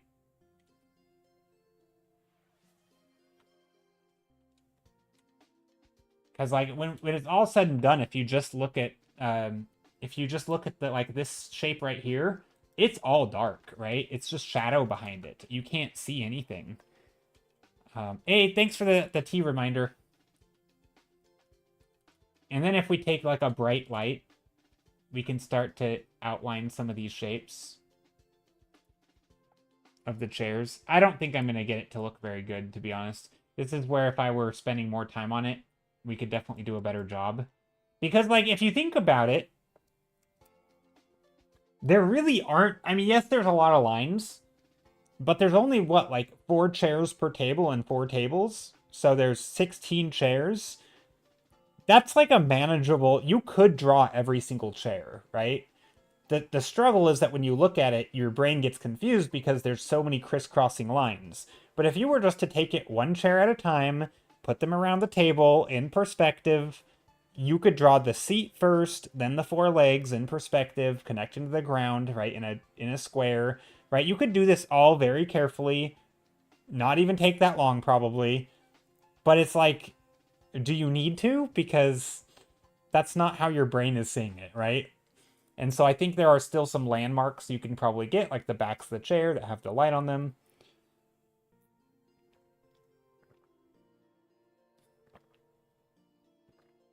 The vibe's important, yeah. I think so. And again, this probably isn't a great... I don't like saying it, but this probably isn't a great brush for this because it's very soft. I think it might be more of a dark mass with light shapes poking through. Well, exactly. I think that's the best way to think of it. Is just, if you want to go on vibes, think of the masses of the shapes. Don't even worry about what they are. You're just saying, here's a big dark shape, right? Like, this is a big dark shape, right? And then there's obviously a light square here, which is the table, but otherwise, all of this big dark shape, right? Big dark shape with these little circular shapes sticking out, right? You have these little shapes like this. It almost doesn't matter. And then it could just be little legs sticking out. But yeah, you can think of it as a big dark shape, right? But I think it depends on what your focus is. Sort of like a tree. Yeah, kind of like a tree where you have a bunch of shapes, but then maybe you do draw attention to a few branches here and there. I think the main thing would be like around here. Like if you're going to have one chair sticking out, this is a chair that you can kind of see the whole chair, right? And this is actually a common thing with crowds. I know Marco Bucci had a video or a course or something on something similar, where if you're painting a crowd of people, right, you might have a mass. It's just going to be literally a mass, right? And then you have... So, like, does this look like people? No, not really. But then you might have some fleshy colored bits at the top, right? And then you have some shapes at the bottom that kind of look like legs, right? And at some point, you're like, okay, this is a crowd of people, right? You can tell these are people, right? Maybe you have some people with a blue shirt in here, right? A couple blue shirt peoples, right? Whatever, just different things, right? None of these look like people, but then you have one person standing slightly away from the crowd, and they can get more of your detail, right? This person...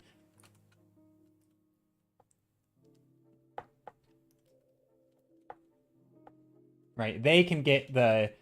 you want to put an arm out here, so be it, right? And it's like they give context to this, right? And so if you have a bunch of people with, like, if this is a person in a green shirt, let's say,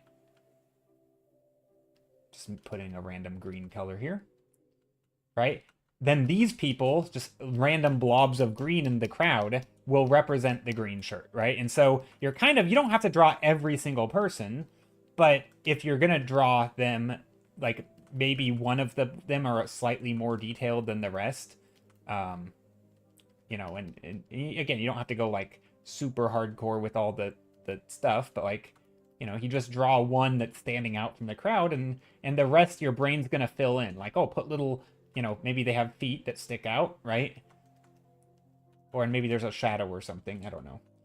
Right? And so maybe what you do here is you put a bunch of shadows, then doesn't need to be careful, right? And then you have a few feet that stick out, right? Just to give the impression that, like, oh, there's probably people standing there.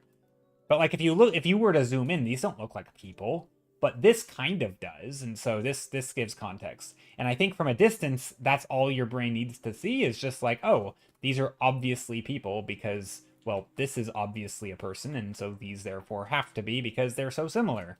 And I think that you can do that here too, right? You make a mass of shapes. Some of them have slightly curvy shapes because they're the chairs with the curves on the top, right? But then there's like that one chair like here that you can see a little better than the others, and you just pay a little more attention to the seat, the back of the chair, the four legs, right? And so then you're like, okay, those got to be chairs. Anyway, I feel like that's kind of what's happening here. Like, we know enough about what chair... Also, there's context of they're clearly around tables, but like, this is a pretty clear chair shape, right? This is a pretty clear chair shape. And so your brain just assumes that this is also a chair shape. This is kind of what, like, AI does terribly, or at least it did back, like, a year and a half ago, right? Where you would look at a jumble of things and your brain would say, yeah, those are people. But then you'd try to find the one person and you'd be like, wait, it doesn't exist. Like it AI would do this, but it would never do this. And so when you actually start to look at what the one person, you're like, wait, why does this guy have, extra legs? Or like what like cuz it looks at this and it's like, oh, it's spaghetti. It's just, it's just spaghetti stuff, right? But then if you actually try to look for an actual chair, you can't ever find it because there are no chairs, right? But in this image, there are chairs, right? You look at it, and you're like, okay, I actually can see the chairs. They're just kind of hard to see because there's so much jumble as well, right? And AI doesn't understand that they're actually chairs, and so it just makes the jumble. It just sticks the legs in everywhere, and because images with lots of chairs have lots of legs, but there's no like anatomy, right? It's not saying like this is the seat of the chair. It doesn't know that. So it's kind of that vibe, right? I think you need both parts. The jumble is fine, but so is the calling out the occasional points of specificity. I don't know. That's how I am anyway. I think it's useful. Because, like, I'm not going to draw every chair. I'm going to have a lot of jumble in my painting. It's just going to be a mess. But occasionally I will try to make it look like, at least enough of a chair.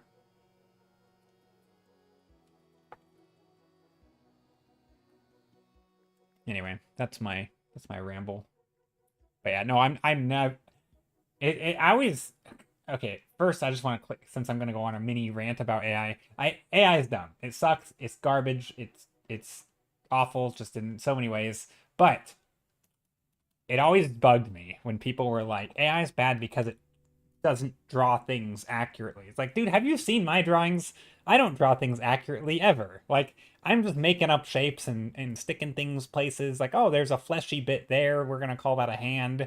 Oh, there's a couple of sticky outy bits here. We'll call those legs. And like, I'm not accurate. So it always bugged me when people pointed to AI as like, or as like the bad thing about AI. Like, anyway, it always bugged me because like, that's not a good argument because real artists aren't being super perfectly precise on everything they do either. So like, how is that anyway?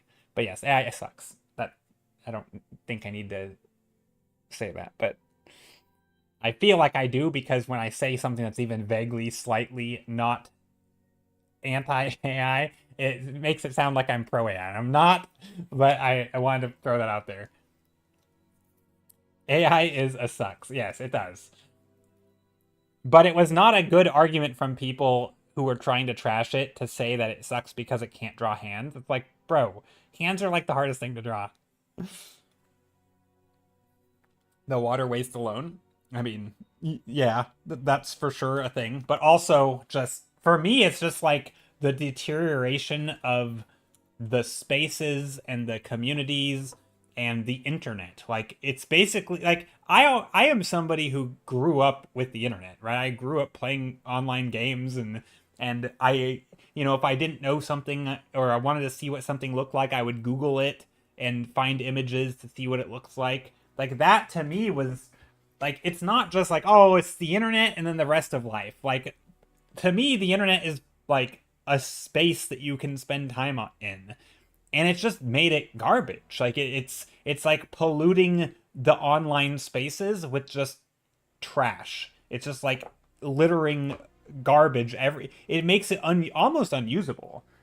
And it sucks because it's not like you just go and clean it up, right? At least in a real space, if there's, I mean, I guess not. That's not always true. Sometimes big companies pollute into the water, and you like, oh, can't swim there, and you can't just go clean it up, right? Because the companies have changed. But in this case, it's like, the slop is just everywhere. It's lowering the quality of the spaces, right? It's lowering the quality of products because companies think they can spend a less money to make slightly lower products and people will still buy it because people will still buy it. And then it's like the what's that word, enshittification, right? Where the products basically slowly deteriorate as companies try and milk it for more and more money and increase shareholder profit and all that. And I feel like that's the internet just as a whole. It's just becoming worse, and just it sucks. That's my biggest gripe. And obviously, the theft of just doing this by stealing from the people who then you're trying to replace. Like, that's pretty bad. That's probably the well. I don't actually know which is worse. They're both terrible.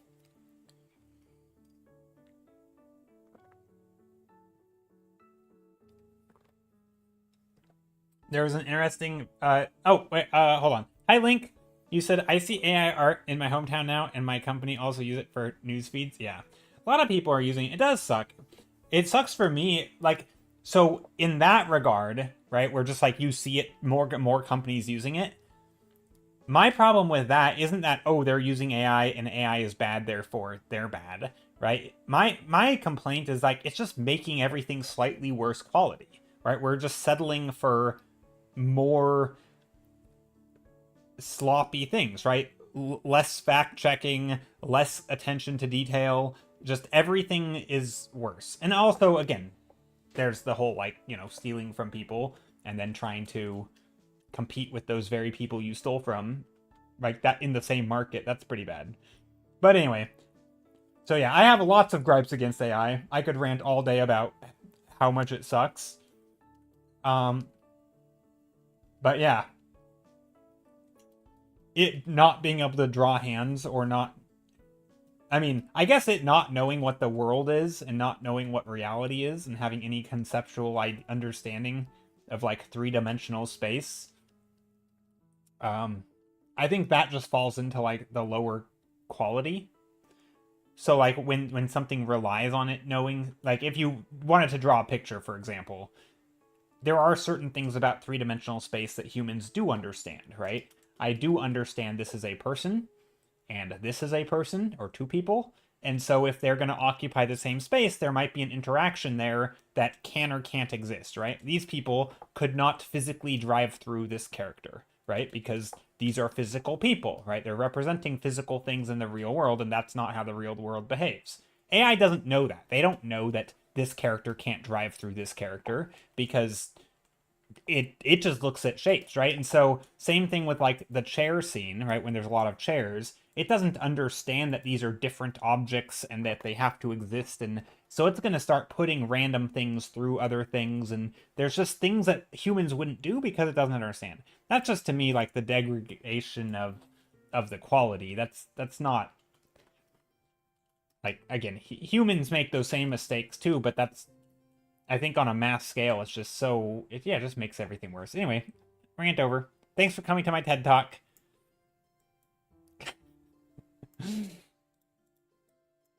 Link says, what bothers me is that if I criticize stuff, people get defensive over slop. Really? People get defensive over slop? Oh, you mean like in your hometown? Fair enough. Yeah, I mean, that's tough.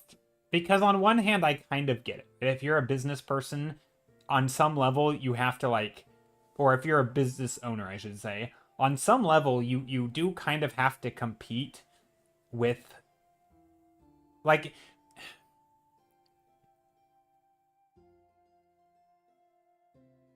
it's like the like it's okay. So a long time ago, I went on a mini rant about like I think it's perfectly okay for people to play the game but also criticize the game, right? You can say these rules are terrible, but I'm still gonna play the game, but I can hold out and I can hope and I can advocate for a rule change, right? You can be someone, I think, who can say, I don't like the state of, if you want to succeed as a business person, you have to do things. And that's the only way to succeed. And I shouldn't have to opt out of the entire system in order to survive, right? Or in order to like I shouldn't be required to be the one person to go against the grain. I can say that the system sucks and also participate. And I think that's okay. And then you can actively advocate for the system to change, right? You could be a rich person and say, I think the rich should be taxed more. Doesn't mean you have to go and give away all your money because, doesn't mean you have to donate everything. You can still play by the rules everyone else does, right? You don't have to be at a disadvantage in life just because you have morals. But you can also advocate for the thing to change, right? You can be an advocate for it. And I think that is true with AI. Like, I think to some degree, small businesses are going to find themselves in situations where they feel like they have to do these things to save money, even if they aren't thrilled about it, right? They may not love it, but they might feel that there's a pressure that they have to participate. But that's different than defending it. Like, you could say, "Yep, it sucks, but it's the it's the only way." So I don't know. Like, I always struggle with this because I think there is like a position some people take with these like controversial topics, and it's like an all or nothing thing. Like, you have to opt out of society if you want to, like, if you don't, like, I don't think if a random person down the street from me wants to make a sign using AI, like, I get it. Like, it's way cheaper. They probably weren't going to hire someone because they probably didn't have the money. And if they want to just make an AI sloppy sign, that, whatever, they can. I don't think it's like, oh, they are so bad and such a terrible person. No, they're just doing the thing. It was either that or have nothing. And for them, maybe they thought that having something, even if it's AI, is better than not having anything. And I think for the vast majority of people, we would agree. We would think, like, yeah, it might be a little tacky. I mean, I don't know. If it's obviously AI, I probably wouldn't eat there or like go shopping there because that's kind of messed up. I can take a stand, but I don't know. It's complicated. I don't think it's as black and white. Now, I do think on the level of like advocating for it, I would hope that even those small business shops would be like, gee, I sure wish I could afford to pay artists, and I sure wish that policies were in place to maybe make it so people can't just exploit others, right? Like, I think you could in some way, again, me as an artist, I would never do this because I would never use AI, like, because that's just making my art worse, right? But like, I think in some cases people see it as like they have to. And again, I'm not saying I agree with that. I kind of understand maybe that position a little bit. And obviously they don't have to. That's not literal have to, but sometimes you are at a severe disadvantage if you opt out of a thing that the rest of the world seemingly is okay with. And if you're basically taking the moral high ground, and that's good, but also depending on what your goals in life, like if you're feed yourself and have food and maybe do something that I don't know, it's not as easy. I think it's a tough thing. You do think it furthers the problem? The more demand, the more money, the more supply. Yeah, no, it does. It's definitely like the more people that use it, the more people think it's okay, and the more people use it, and there's definitely like a cyclical thing, and it's not good. But I guess what I'm saying is I don't think, especially for not, I mean, especially if we get out of the realm of business and we're getting to like just people dabbling with a thing and trying it out, that I actually don't have any gripe with. I think if people want to, open up ChatGPT and ask it questions and see what it's all about, like, I don't have any issue with that. I don't think you have to opt out of something completely. I think once you start using it to make money, that's where you're basically settling for a crap product, and I think the world needs less of that, personally. I think more people should try and make good stuff for the world and not just spew out slop so that they can, make a buck quicker. Like, that to me feels like the wrong way to use it. But if you want to use it for something, and I don't know, I don't really have any gripe with it. Same with the art, but I mean, I just don't know what you would use AI art for. Like, it's not good for anything. Not really. There might be, I guess, a few niche cases where in theory it could be okay. And again, of course, discounting all the theft and the, all that stuff. Just ignoring all the moral failings of it. Can't really ignore. But, yeah. I don't know. It sucks. And I hate it. And I think my biggest gripe is it's just making the world a crappier place.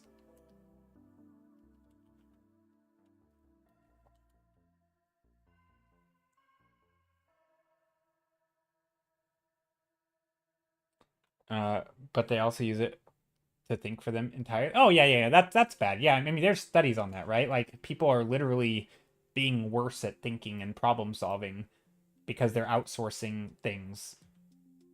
And I think to some degree, it's, you know, I think there's a normalcy to it, right? Like, you know, people's ability to like remember a phone number. Like I know like two phone numbers, you know, and back when I was a kid, I knew like tons of phone numbers because that's what everybody had to memorize phone numbers because that's how you did stuff. Um, I don't think that's necessarily a problem. I think the problem is when you think you don't need something and you do, and then you don't have the way to access it because you never actually bothered to learn the essential thing. And I think AI is very similar to that because, like, yeah, it's I don't know. I think people definitely will get dumber at a lot of things, and especially, I mean, I think that the problem, it's not even the problem. I don't know why I keep saying that as if I have all the solutions. Of course I don't. I feel like a big thing, I mean, and I see this a lot with non-artists talking about AI art specifically, genuinely convincing themselves that they are like the thing the AI did was like their creation, right? Feeling like they made all the choices because they're just so completely ignorant of what choices actually go into the thing, right? This happens a lot with, I mean, I'm trying to think. I mean, I think this kind of thing happens a ton, right? Where we don't know what something takes, and so we assume that we're doing that thing because we just don't know. I mean, I think this is what leads people to think like it's like when someone doesn't know how to study and then they study all night or they think they're studying all night but they don't really know what they're doing and then they fail and they're like, man, that was like, you know, like they kind of they don't understand why they failed because they felt like they should have gotten it. um and I feel like sometimes there's like this self-delusion thing happening where like we aren't, gosh, sorry, I don't have the words to describe this very well. Okay, Anti-Link says, you don't get it, Joe. It was a prompt. Obviously, that was so good. Yeah, it's all about the idea, man. No, it's dumb.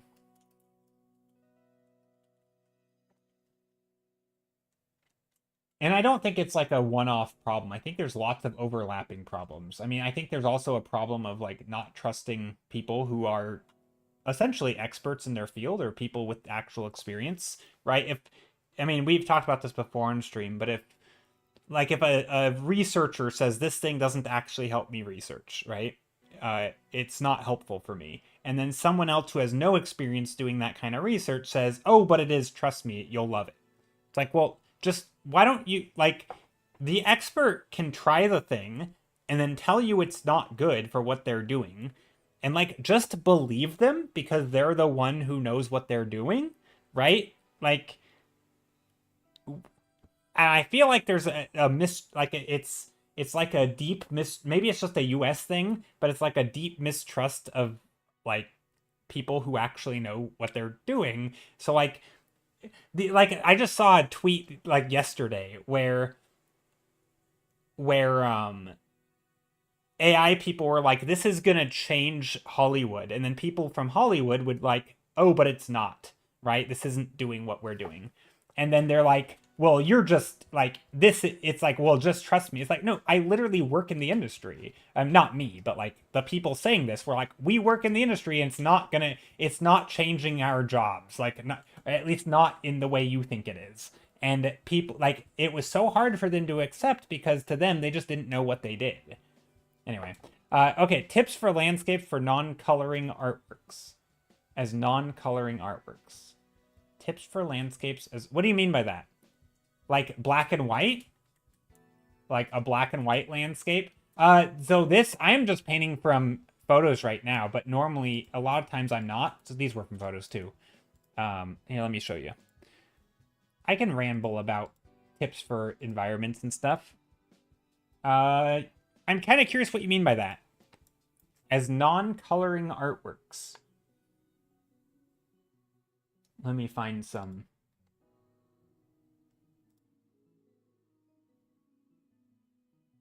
Yeah, I'm thinking values too, but I want to just clarify before I ramble. Like the last thing I painted that was just sort of from imagination was this. Hey, Just Fiction, how's it going? Hope you're doing well today. But yeah, no, values is the answer for black and white stuff. Generally, if your painting works in black and white, it'll work in color. So you can start in black and white. There. Sorry, I don't know why I'm struggling to speak today. Generally, when you do values, you can block things in. Like overlaps are is a big thing. So like if you have two dark values, obviously this is going to sound very dumb, but you can't see anything, right? Everything's one value. So if you want a shape to read, it needs to either be darker or lighter, right? So if you have a dark shape here, you can see it. If you have a light shape here, you can see it. There isn't a strict rule of like it has to be lighter as you go backwards, but generally, especially in like an outdoor scene, especially if you're in the shade, the sky is going to be the brightest thing other than the sun and direct sunlight. But assuming we don't have direct sunlight, the sky is the light source, right? So in these cases, you will have lighter backgrounds and then you'll have darker foregrounds. So things, atmosphere basically. It's just atmospheric perspective. Maybe here's a tree, a big old tree hanging down. Right? Maybe there's some grass or something, right? So now we have an environment. If we wanted to add another layer, I could add some other stuff back here, some smaller things because they're further away, right? We could make these shapes more tree-like, right? So I think for that, it's basically values. And then, of course, once you have your basic structure, you can add variation, right? You're going to have some darker objects, some lighter objects, right? You can have lots of variation within that. But the general rule will be that your shadows in the foreground will be darker than your shadows in the background, right? You might have some additional shadows back here, but even these shadows are going to be much, much lighter than like these, right? So if you were to draw a line here, this stuff is still, it's separated by values. So this is like the general light sky. You have your blue sky, which is shining. Everything is being lit by your sky. I think that's a good way to think about environments. Obviously, there's exceptions, right? You can have sunlight shining in here and in here, and you might have big bright spots that are even brighter than your sky shining in, right? So, or you could have a different material in your foreground. Maybe this is a lighter material, and so it's, something like this. And maybe this is a different material yet, and so it's something like that. But generally speaking, you still have that, kind of in the background, you still have, not the literal background, but like behind the scenes, right? You still have this like light background and this gradient that goes from light to dark, right? And the dark is like the shadows, but even the shadows back here are lighter than the shadows up here, right? The shadows up here are very, very dark, and then the shadows back here are very, very light relative to, each other. And so I think that's a big one for environments, is just kind of start with, to me, I think starting without direct light and adding that in a little bit later can help you keep those values clustered, if that makes sense. What's my opinion on blurring the background? I think it's fine. Or blurring the foreground. I mean, I prefer not to blur, but use looser brush strokes. It's kind of the same effect. It's just using chunkier, less defined shapes. You see people do like blurring the foreground a lot too. So it might look something like this. Maybe there's some plants here, and they'll do like a depth of, just depth of field, right? So you might have something here, and then they'll go in here and they'll do like a filter, blur, Gaussian blur. It'll just crank it up. You'll do something like that. So it looks like you're looking through the foliage. And then basically wherever your focal point is. And then you might also blur the background. So if your focal point is in the middle right here, like a character standing back here, right? It's kind of like the camera is focused on our character, right? Because we're looking through the foliage. So that's something you can do. And yeah, I don't think there's anything wrong with blurring the background or blurring the foreground or blurring whatever it is you're looking at, right?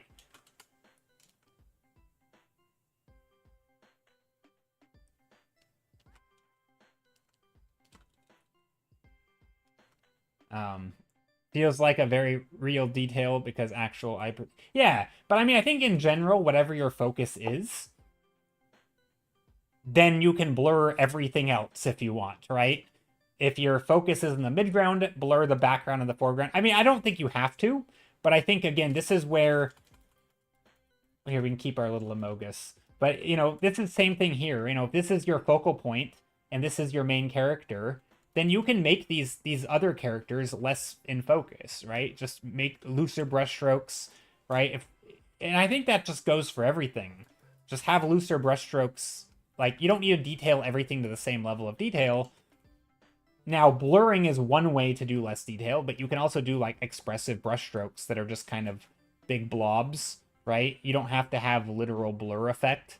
They could just be looser, and then you could just have more detail here, where you're just, like, you know, adding some highlights and shine, you know, adding the suit. Do these things wear suits? I don't know. Maybe they're wearing a tracksuit, and so we have the seam of the pants here and the, you know, all the stuff, right? But, like, I don't know, like, that's just you know, this is just smaller details. This is looser details. Sus. I know, very sus. But anyway, so yeah, that's kind of... Can he have a chicken? Oh, no, I'm going to delete it.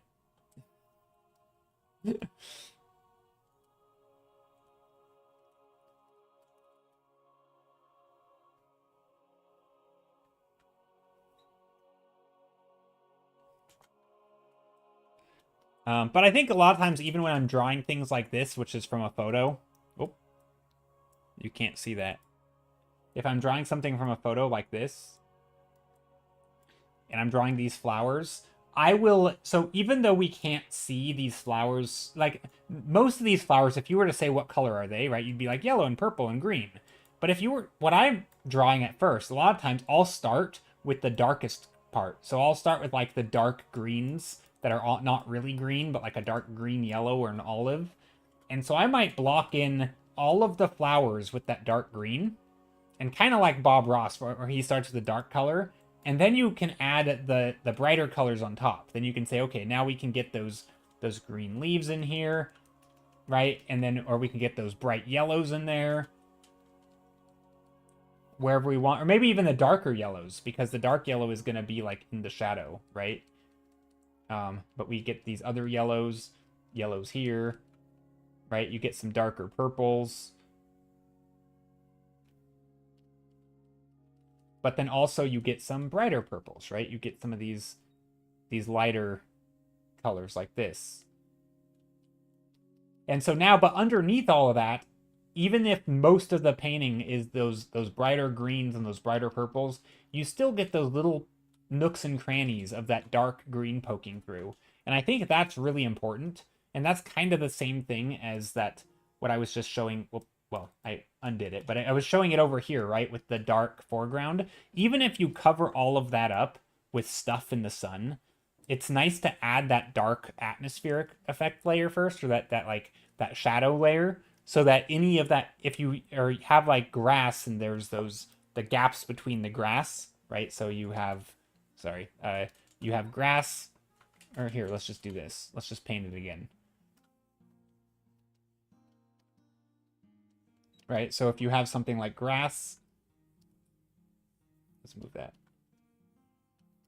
Here's grass, right? Most of the time, and even if this grass is in the sun, so now let's say this grass is going to be a bright green, right? Bright green.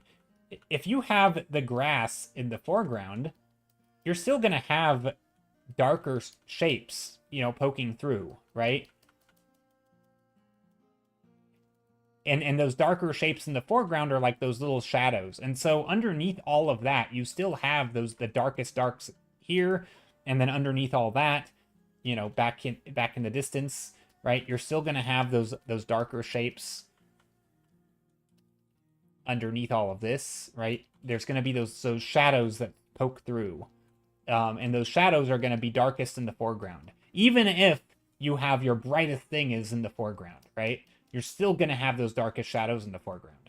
And so sometimes just starting with those dark shadows to like lay that foundation, and then you can build on top of it, right? So it's kind of the same as like these flowers, where you start with the darks, and then you build on it from there. Anyway, that's my rant. I think interiors, magazines, blogs would be a good resource. Yeah, for sure. I think anything really can be a good resource. I mean, there's lots of... It kind of depends on what you're doing, right? If it's something real, then photos and that kind of thing are nice. There's some sort of graphic here, which is interesting. There's lots of dark here. Like, I'm actually thinking more about... And again, I'm not saying I'm great at this. I'm actually quite lousy at the painting from photos. But here is a good example where, like, I'm not really caring what color I'm painting. I'm more just saying, oh, this is the dark shape. And so I paint the dark shape, right? And then I'm saying, okay, well, there's some lighter shapes here. And so I pick a light shape. Or, oh, there's a big shadow under here. I'll just take a dark color. Yes, at some point, I think it's important to start worrying about what color is your shadow. Like, is it cooler? Is it warmer? Right, in this case, it's cooler. So maybe I'm going to add a little bit of bluish color. And ultimately, it's still not blue. It's just like a grayish brown. But it should feel a little warmer. But like, you know, something like that. But it's not really about the color. I think that's the important part.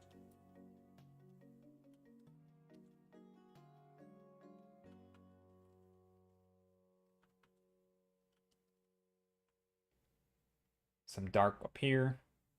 Some light here.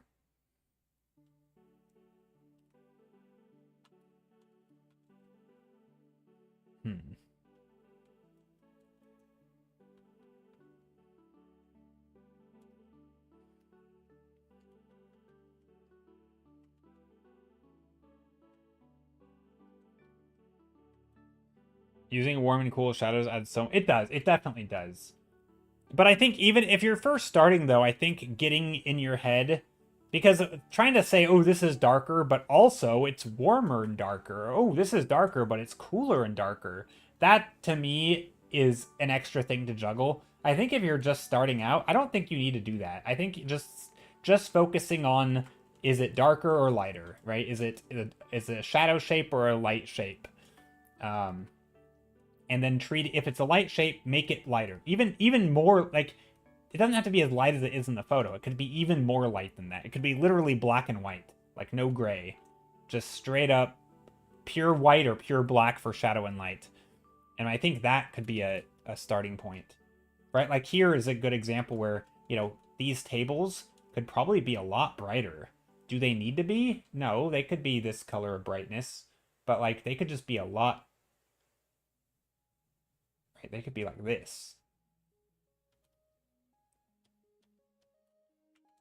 You know, that would help show the amount of sun being shined on it. Or shown on it. Now, am I lacking like a warm and cool vibe in this painting? Probably.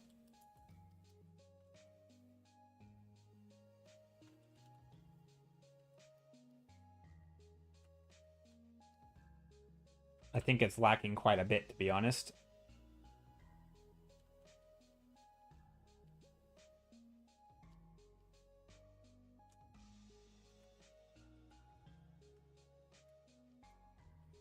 But hopefully, when I'm done with it, I can add enough color and light and life into it.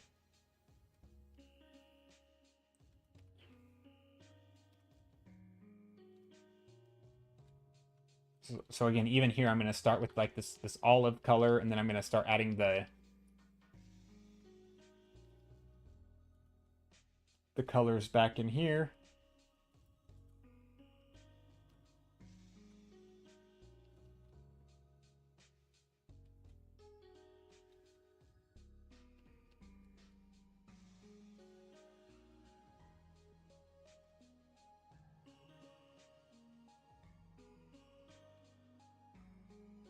And now here, I kind of want to add some texture.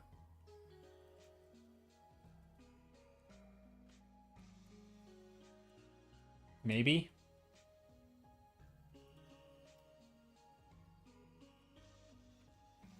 Maybe a little bit bluish color up here.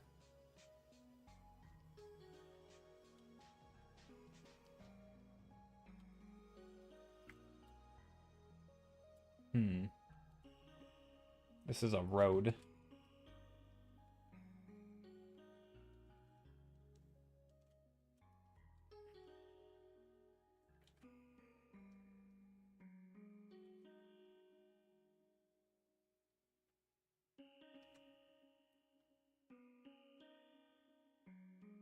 You can filter by indoor and map crunch. That's actually amazing. Yeah, you could. Yep, you can do filters and map crunch. Yeah, it is very nice. On my way to find mythical libraries. Yeah, yeah, you can do filter by indoor. That is pretty nice. We could do that in a moment. Maybe our next scene will be an indoor scene.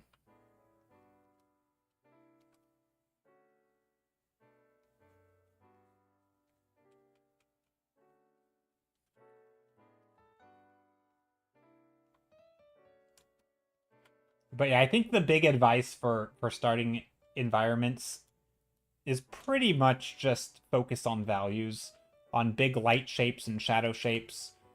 Not just light as in like, oh, this is a white t-shirt, this is a black t-shirt, but things like this is the t-shirt in a sun. So for me, a yellow t-shirt in the shadow. Here, let's do this twice. Yellow t-shirt, shadow, yellow t-shirt, light. Dark blue t-shirt in the light. And we'll go like this. And then dark blue t-shirt in the shadow. So, to me, if this is the shadow, and I'm just gonna do like a dark layer here, this is a light shape, right? Even though it's dark, like physically dark, if we're talking about shadow versus light, this is a light shape. That's a light shape. This is a dark shape if it's in the shadow, even though this shape, relatively speaking, is lighter than this shape. Now, generally, you want to group your shadows so that doesn't happen, right? Oftentimes, people group their shadows so all shadows are darker than all lights, but not in real life. It's not always that way. So if you're observing a complex scene in real life, you can think of these as lights and these as darks, right? It's what is there actually sunlight on, right? If sunlight is on something, you can call it a light shape. If it's sunlight is not on it, you can call it a shadow shape. And that's not a bad way to try to think about setting up your painting. Obviously, then you can the blue and black dress. Yeah, a little bit blue and black dress moment, exactly. But sometimes I think when I say like dark shapes and light shapes, people they're thinking, oh, this must be a dark shape because it's black or it's dark blue. Well, no, that's not what I mean. I mean like literally in the light or literally in the dark, right? Like shadow and light. We're talking about lighting here, not the color. And I think that probably confuses people. Also, what am I doing with my lighting here? I'm going to add some light into the shadows. Or maybe not. Actually, what am I going to do? I know what I'm going to do. I'm going to do a multiply layer. I'm going to do a blue. That's not nice. And then I'm going to do I don't know, an overlay layer. And do a yellow. Or an orange.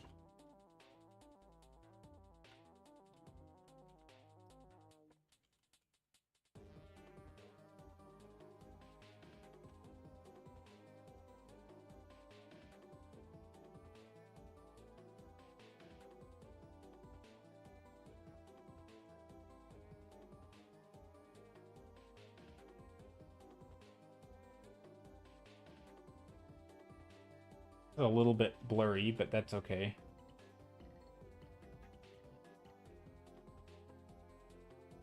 I'm just trying to add in some warmth in there.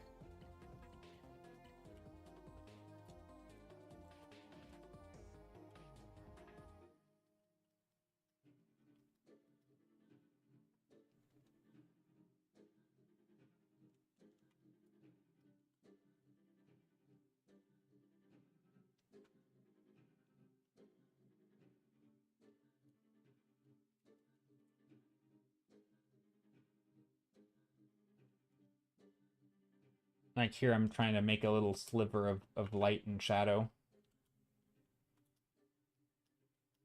There. Now that hopefully will read like this is all in light. This stuff, there's some stuff in shadow up here, or in light. But yeah, I can show you guys the filters on MapCrunch in a second. It's pretty cool. I don't normally use it because I'm not picky about what I'm painting, but it's definitely worth checking out.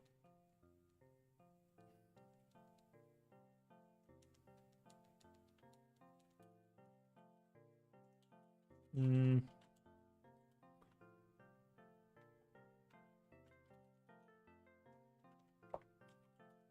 think this could be less saturated.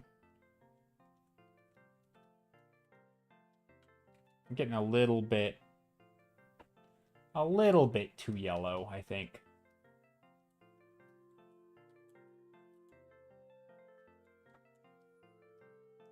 Is plein an English word? I think it's a French word.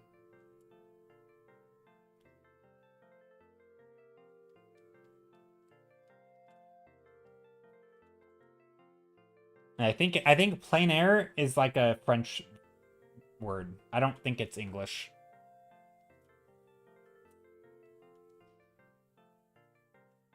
I think it literally means like open air or plain, like plain as in like open air. So air is also French, probably, yeah.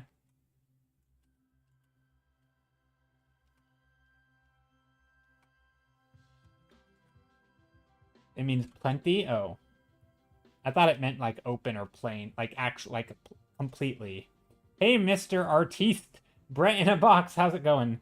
Artiste. That is totally me. Yes, it is I, the artiste. How's it going? Okay, I don't like what's happening here. Maybe I do. Actually, I don't know. This could be a little bit more brownish. Good. You've been working hard, huh? I don't know. Maybe. A little lazy, to be honest. I'm a pretty lazy painter. I don't think of myself as like a hardcore painter in like terms of effort. It's pretty low effort. It's more about time, I think. I put a lot of time in, but the effort that I spend is not always probably best spent this way.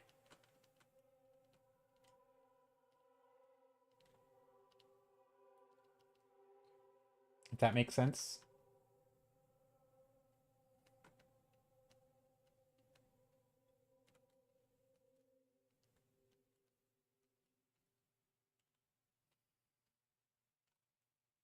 It means full.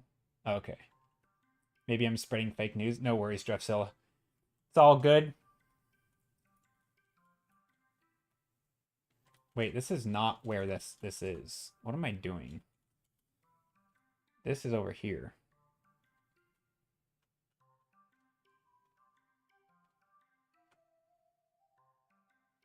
But yeah, I always think of myself as like a lazy painter. Like I paint a lot, right? But it's not the most like rigorous or effortful. I do a lot of the samey stuff. I just have fun with it. I'm not constantly pushing myself and stressing around. I believe en plein air means outdoors or outside. Yeah, I think so too. I think a lot of phrases like that aren't literal translations, right? Because like it's what the expression means. Right? And so I think a lot of it's hard when you translate things. You can't just always directly look up the words because if you have a phrase that means something, like even something like open air, right? Oh, I'm painting in open air. If you were to Google what does open mean, and that to open something, and then air, how can you open air? That doesn't make it, like you might get a definition that doesn't quite mean the way that the people who speak it would mean because everybody understands what we mean by in the open air, right? Like that's a phrase. I mean, I don't even know if that's a phrase, but like that's we understand what that means, right? There's a lot of times where the literal word isn't what the phrase means. Maybe that was a bad example. Language is weird though, right? Language is tricky like that. You can't just... It's not always direct translation, because there's lots of phrases that mean things where even in their native language, if you take the direct translation, it doesn't make sense. I'm trying to... What is an example in English? I know there's a lot of English phrases that don't make sense. What do they call them? There's, I mean, even like phrases like "when in Rome," right? Like, what does that mean? You know, like if you know what it means, you know what it means. You can't translate that, right? Um, you know, you can't translate that in a different language without knowing what it means in English first. You can't just take word for word, right? Unless that phrase is also a thing in the other language.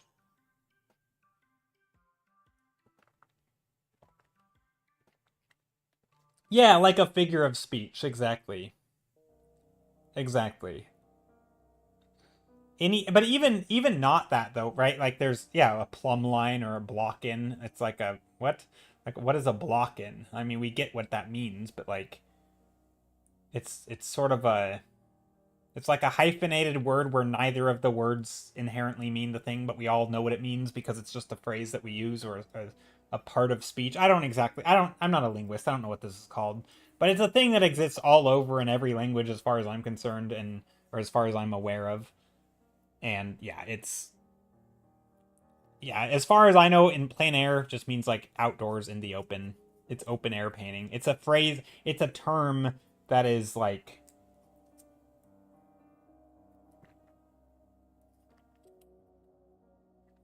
I mean, even in art, right? We have terms like studio lighting. Doesn't mean that you have to be in a studio to have studio. Not really. It just means like an artificial light, right? Like it's a subject that's not lit with natural light, right? And so it's not literal. It's funny when you try to translate a figure of speech into literal a different language and it just makes no sense. Well, yeah, because if it's not a figure of speech in that other language, then they would never know what you mean.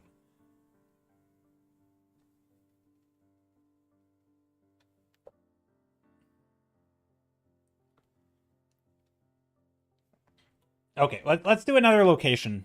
I feel like I only have one more in me. Okay, hold on. We're gonna do options. Indoor. I will say I'm not a fan of the indoors scenes here. Because they're not like this one's not bad. Oh dang, that is the scene. It's very blurry. A very blurry photo. Kind of cool though. Also, these people's hair quite cool. Okay, it's got some great ones. Yeah, let's click a few times. An indoor scene with a painting of an outdoor scene. Wow, these colors though. Can we just say, wow, these colors. What countries? Oh, we could do any color, any countries. I don't care what country we do.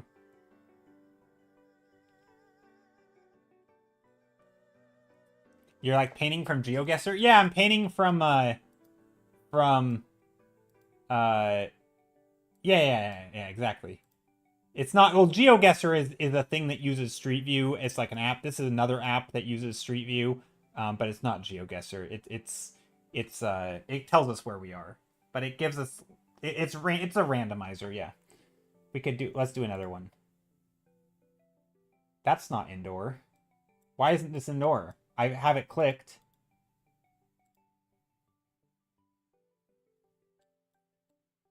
Ooh, it's a computer repair shop. Or I assume.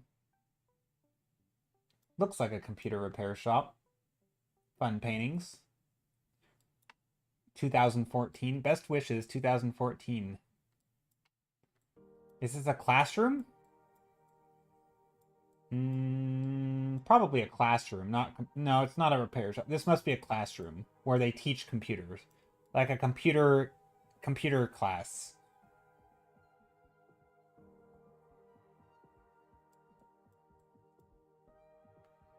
No, it's just shading, I think, on the neck. Um, yeah, it's a class. It looks like a class. Lots of chairs. lots of the same. Although each spot is different though, which is kind of suspect. What's that portrait? Some chipmunks. A boat. What else do we have in here?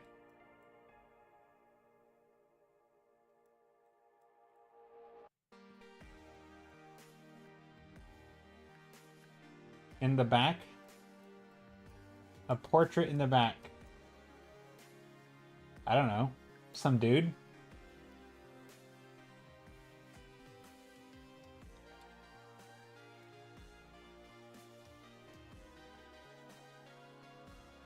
Kind of a cool scene.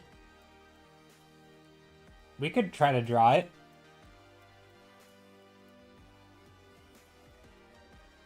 What's stealth mode? I think it doesn't tell you where it is. Yeah, it just doesn't tell you where we are. Whereas if you don't have stealth, it'll say up here. See, when I click stealth, I was going to point to my screen, but you can see this thing up here flicker on and off.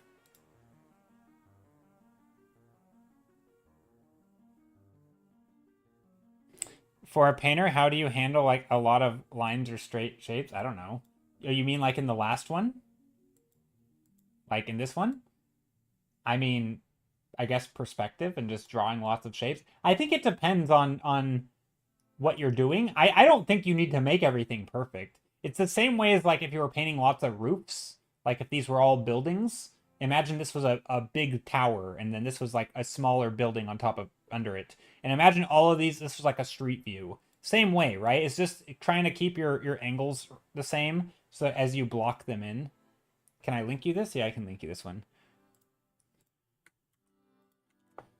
So yeah, let's paint this. Because I think this is a good example, because this is something that I'm not great at, and so it's good practice, but also, yeah, I think it's a good one. Let's do this. It's kind of a mess, right? It's a hot mess. Also not great lighting. But I think this kind of scene is good because it's very similar to when you're painting like a bunch of buildings or something, right? It's more about here, let me just copy this over. Let me just do a literal paint over for a second to illustrate my point. A lot of times I think what you're doing, you're just making these shapes. You're like, okay, here's the top of this, here's the top of this, and these shapes, this corner here, for example, is going to repeat itself over and every time, right? Every single square, there's this corner, right?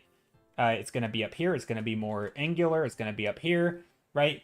And so once you kind of get the patterns, you can start blocking in things just by making, shape. I mean, this one's not in the same angle. Obviously, if they're not in the same angle, it's not going to work. And of course, these lines are all going to be, they're squares though, right? These are all squares. You're keeping the perspective of it.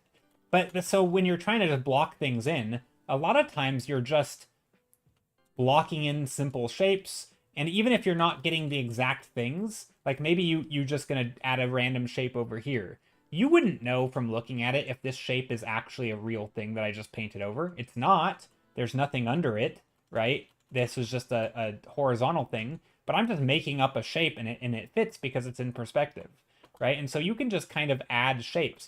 Oh, you want a shape right here? Let's put a shape right here, right? And we know if there were a shape here, it would be in perspective, and there would be probably boxy shape, right? So we would draw the box shape, and it works. So a lot of times you don't have to be super precise. It's more about getting certain angles right. There some proportions right. Things in the background, and obviously I'm just drawing on top. I'm just drawing the top form. But even this, right? This whole table is going to have its flat form. So you could build it up. You could start with the flat form of this background table, and then ignoring this other stuff, right? You would start with like this white table back here, and then you could start building up. You could say, okay, let's add another layer on here, and that's going to be square. This one is a square, and you just start building shapes up until suddenly you have, different objects of different you know, in perspective. And so I think a lot of it's just that.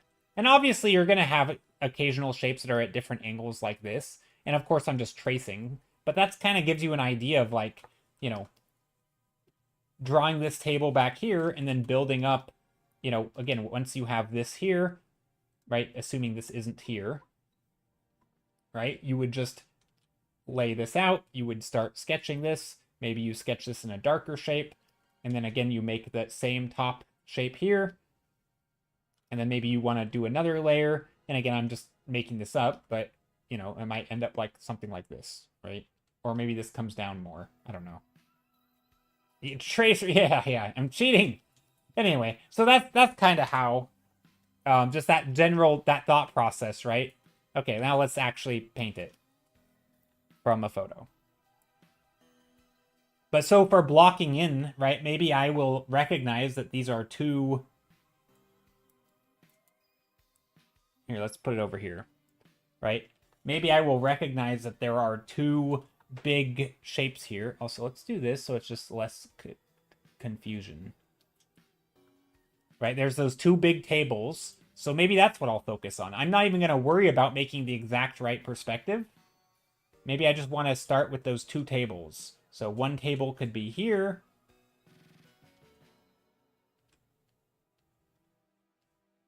Or we could go more this way, however we want.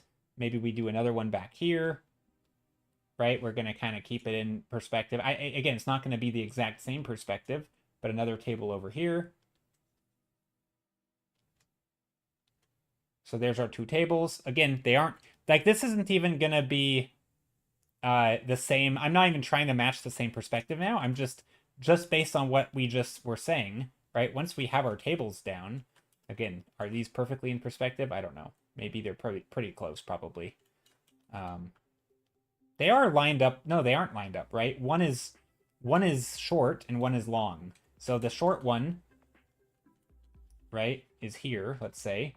So we're just going to make a line going like that. Well, no, I'm going to try to make it pretty similar, but it's going to be a slightly different angle because I'm not, I mean, this one, I mean, I'm not always going to try to make it the same. Also, I don't know if my perspective at all is right. It's not. It should have been like this. Anyway. And then from here, right, we could start drawing downward. You know, these tables have some thickness to them, right? There's some things under here that we can see. This stuff is also in perspective. So kind of these lines should go that way. These lines should go this way, right? There's some cubby holes here. These lines can, you know, cubby hole lines can go that way. There's random objects here that stick out a little bit, right? So they're going to go in. And I'm kind of leaving some of this stuff unknown because it's going to just go to shadow, right? I know that I'm going to paint it in. You know, you're going to have a chair here. You know, does the chair stick up over the edge? I don't know, maybe. This may not look good, but I think it'll at least... Also, I'm going to run out of space here. I'm not doing this very well. I should have maybe divided this up a little bit better.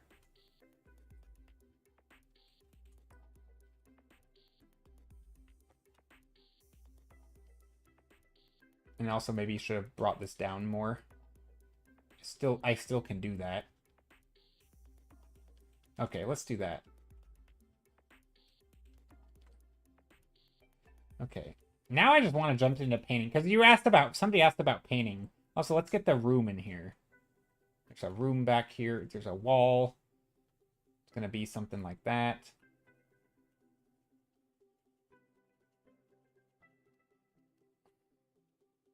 There's some stuff along the window here. And again, the top of the window is in a... Right? It's also like a table shape. There's like a flat surface.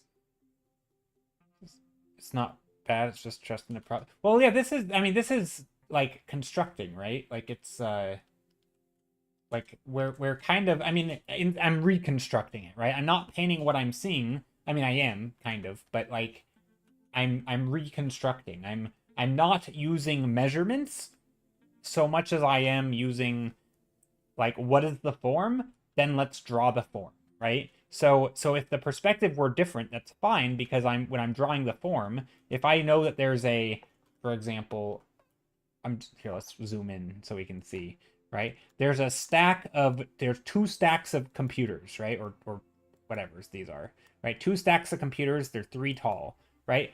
I can draw just a square here. I mean, for example, I could construct, I'm just going to draw them all as one chunk, so it's going to be extra wide.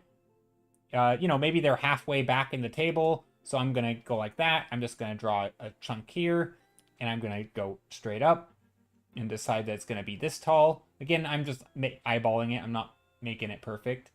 Going to go like that. Again, the same top shape.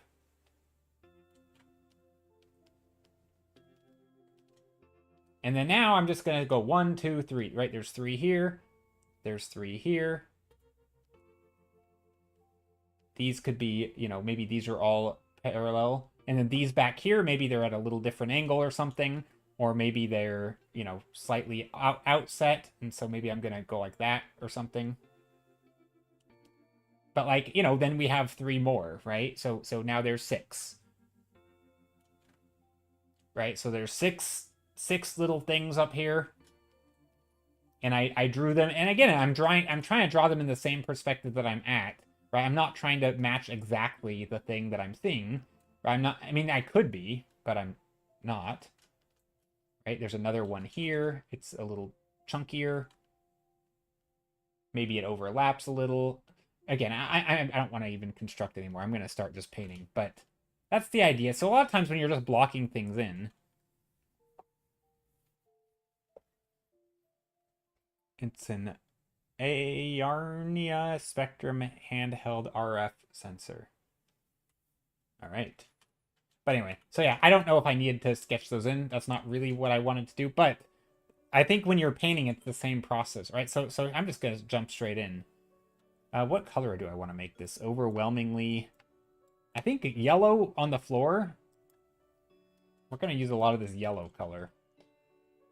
Yellow on the floor and the walls.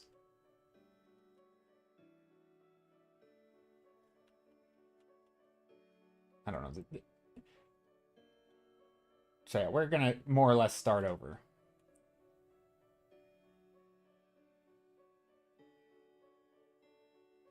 What's that weird blue device in the foreground?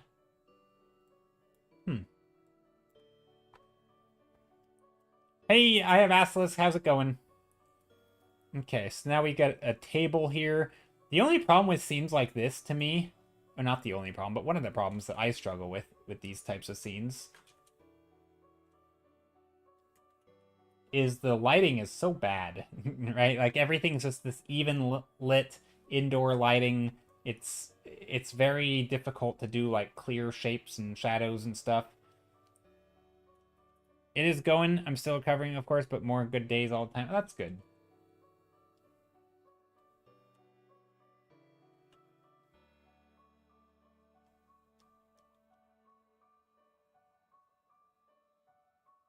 Okay.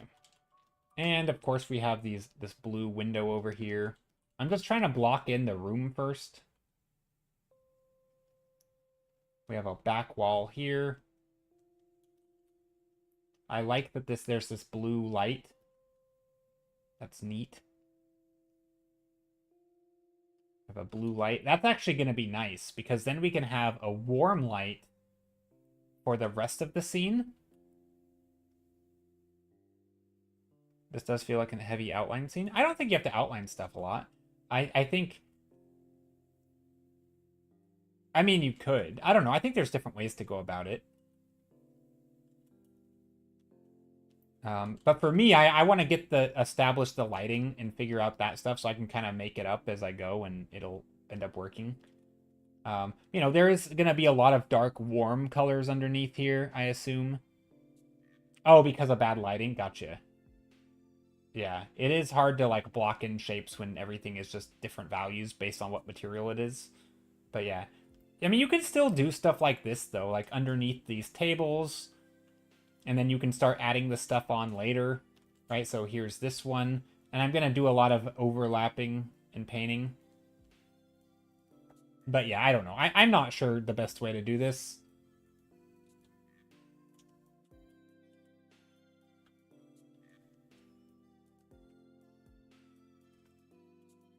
And then maybe there's some shelves and stuff up here. I mean, maybe. I'm saying maybe like I don't know. There are literally some shelves up here that I'm seeing. And I'm just sketching those out. And I'm basically treating these big chunky lines as like... Yeah, I don't know if this is the best way to do it, but it's the way I'm doing it.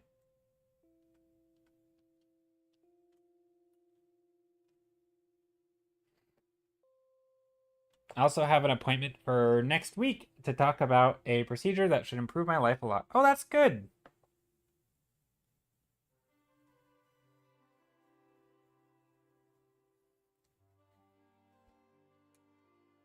And by a bit, I mean a lot. Oh, you said a lot. Yeah, you did say a lot. You said it right the first time.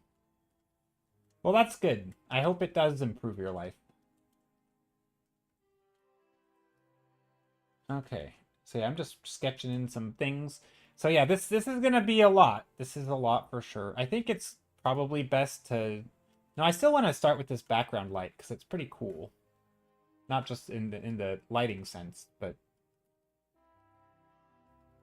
And I might make it a little more dramatic than it needs to be. Actually, let's do this. Let's go with multiply.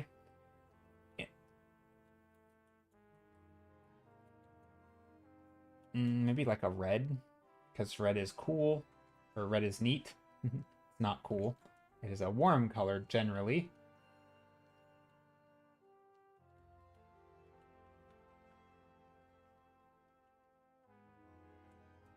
And a little bit in the corner.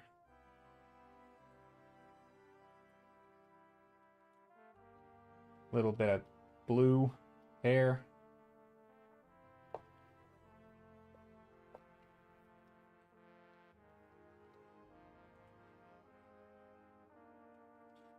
Let's go here. I realize I haven't started painting any of the actual stuff in here.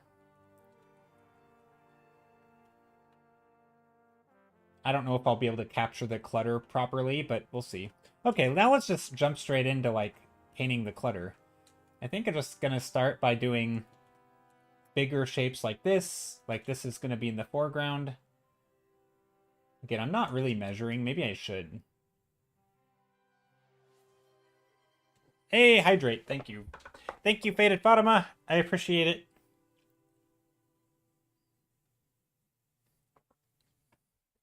Okay. So I think I can get away with just doing this and doing like a bright silver shape for all these. I don't know.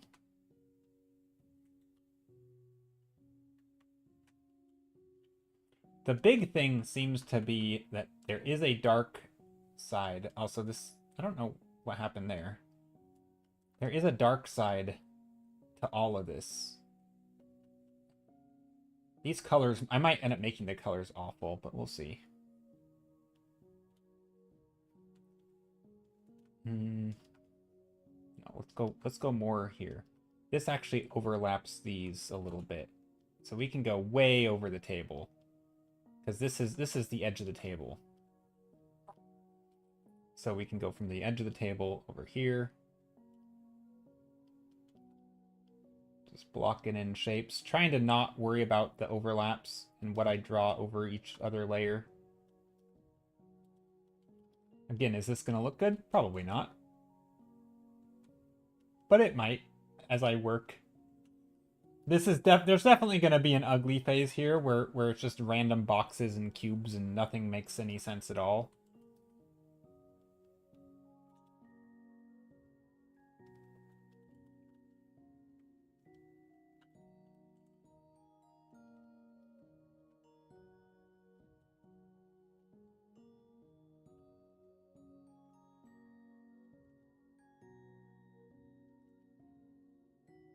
But yeah, it definitely helps to sketch out some lines, I think.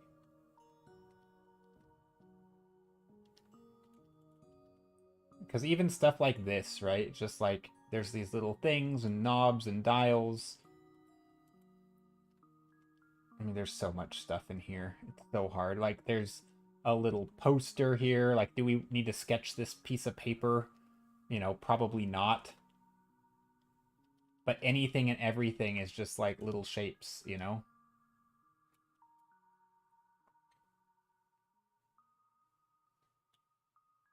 Yeah, that's true. Yeah, you could probably do if you really wanted to get you know, actually it's probably a better way. I don't know if that's you know, that might be a better way to do it, Fatima, is where you almost treat it as like a pure white scene like this, and then you just kind of yeah, you just make like this shape of dark and you go, okay, well there's like a dark shape in here. And you say, okay, all these little dark shapes just lining in here, you know, dark shapes here, and just kind of eyeball it and sort of sketch out shapes and try to make sense of it. That might be not a bad way to do it. Um, you know, it just kind of keep your eyes very, very tiny. Keep your eyes tiny. Is that a that's not a sentence? Keep your eyes squinted, kind of blur out. Yeah, just all the clutter. And I think there's you could do it one way. I don't think there's a right or wrong way. And just like make markings that are, you know, the shadow shapes. Yeah, squint. Yeah. I think that's not a bad way to do it. Like we could do it that way, right? Just treat lots of dark objects and maybe do a passive light objects.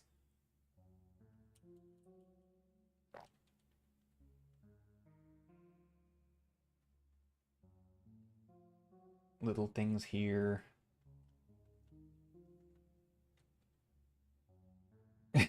My eyes remain the same size. Yeah, yeah, it's not quite what I meant. Just make your eyes small. Uh, that's yeah, wait, you guys can't do that? Huh. All my life I thought everyone could make their eyes smaller. Here I am with some freak of nature being able to just make my eyes tiny. Who knew?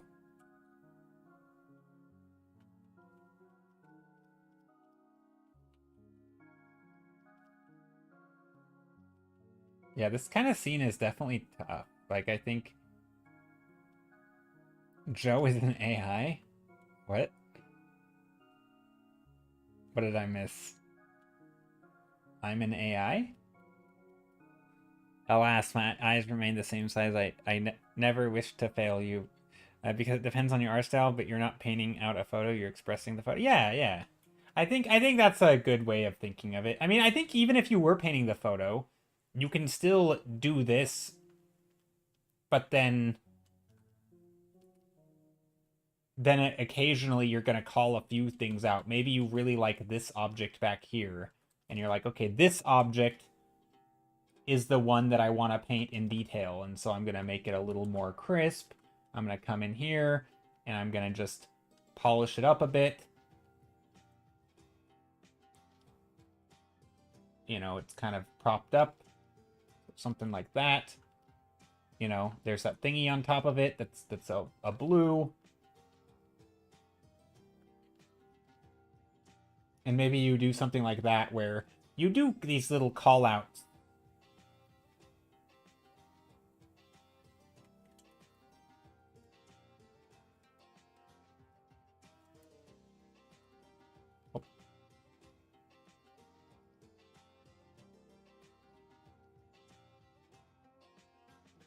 Right? And then the rest of them are just like right? And then the rest of it can just be kind of messy. Like I think that's a way to do that. I don't know. I don't think there's a I'm not great at this stuff. I don't typically paint like this. Like generally when I do paint I will paint blobby, but then I'm making the stuff up, so I'm not trying to like keep proportions right, if that makes sense.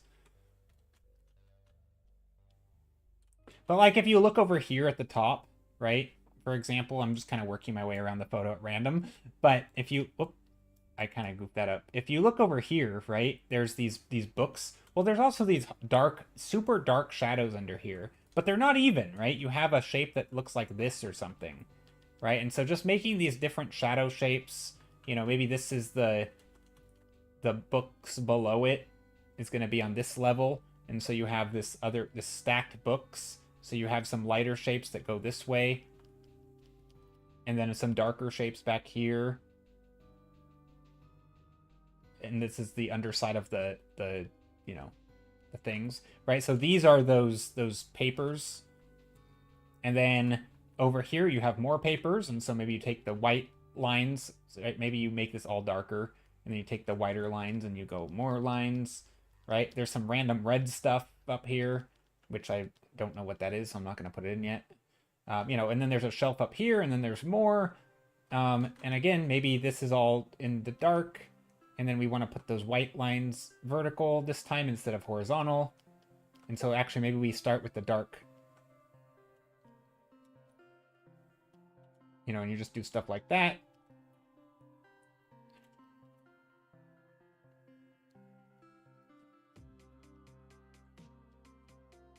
And of course we can vary the colors of the papers and the objects. You know, there's going to be random stuff all over here. I don't know what this big old box... There's a box up here that looks kind of important. So maybe we block that in and just do some landmarking. Just call that a day. Or wait, is that... I can't actually tell. Is this a weird tangent? This is in the foreground. This is... That's a tangent. Okay. I was like, what is that weird thing coming out of the box? Nope, that's in the foreground. And a big box here.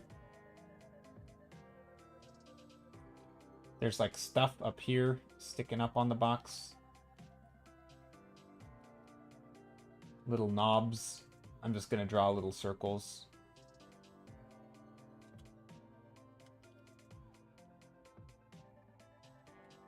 And then more.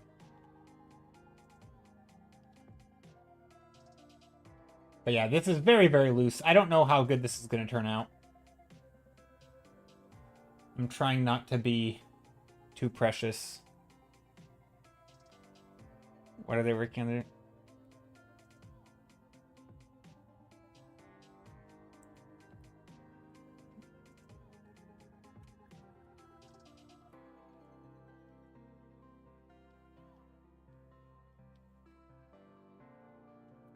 Anyway, is this good? No.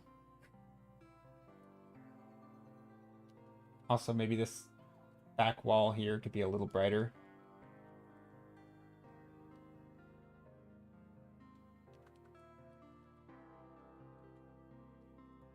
Okay, so now we have those papers.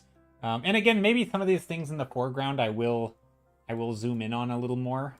Like, you know, like this corner here could be kind of nice to just, like, make it a little crisp. And then we can do, like, this laptop thing is sitting here.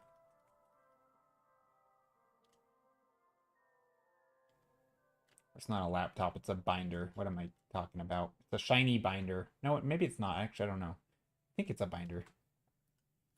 Maybe it's like a notebook. A MacBook or something. I don't know.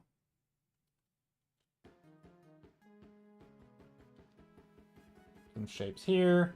Little objects just sitting there. Little horizontal things. There's a bigger object here in the foreground, which is white. And so I'm just going to make it a little lighter. Very reflective. Yeah, it's a very reflective surface. And so we could put like something like that to show that it's shiny. But I mean, I don't need to do that yet, right? And then there's like, again, this thing. Actually, let's go up here with this.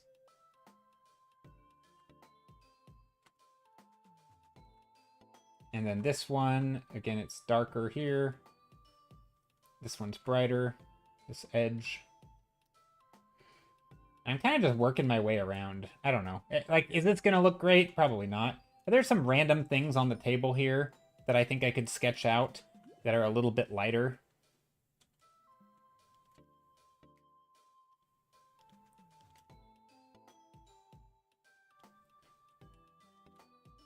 Right, I'm trying to make them in perspective.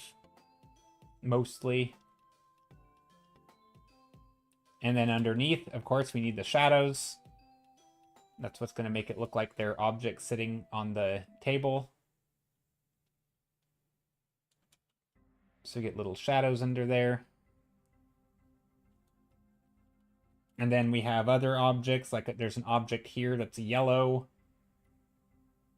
I don't know what the yellow thing is, so maybe, but we can still make it a little yellow. I don't want to go too cluttering with the colors. I kind of want to harmonize them. So I'm doing just a lot of mixing of color. So there's this thing, and this thing has all the little dots in here. And then there's something's propped up on it, which I don't know if I like, because it has weird tangents and stuff. Like, if sometimes stuff in the photo isn't going to be super clear. Like this is a weird, like this object, it looks good there, but it's weird that it's touching this object. So I would want to like overlap them, right? And so do I think it's okay to have the object here? I do. I think it's fine to have the overlapping shape here. Right, there's like a bowl here or something. And if we look behind the bowl, right, this is casting a shadow. This is casting a shadow. But then behind the bowl, we have another computer thing. Right, we have more computers. So we can silhouette the bowl with a dark shape. A darker shape, I should say. And I'm just making these squares. But yeah, no, this is definitely a better way of doing it than I started. I started by sketching things out more carefully. But once I feel like once you start just making shapes of dark and light, maybe another tower, this tower up here, this blue one.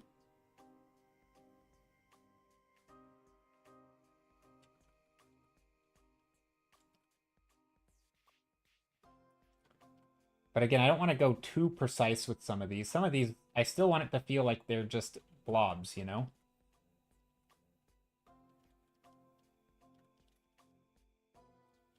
Maybe some papers up top. There's some papers on this thing over here, too. I don't quite know how that's going to work.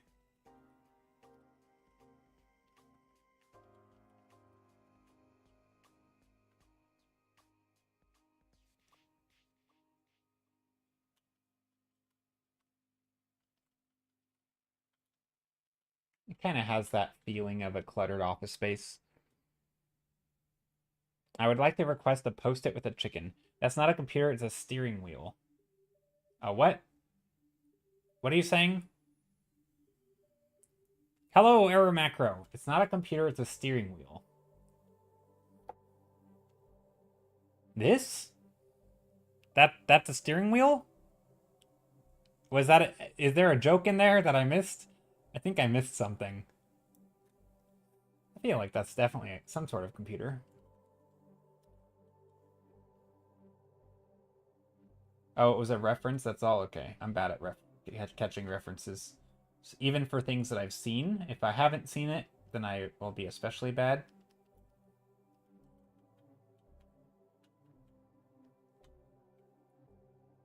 It's a device, that's for sure. It do be a device. It's a device for something. I'm sure it has a purpose.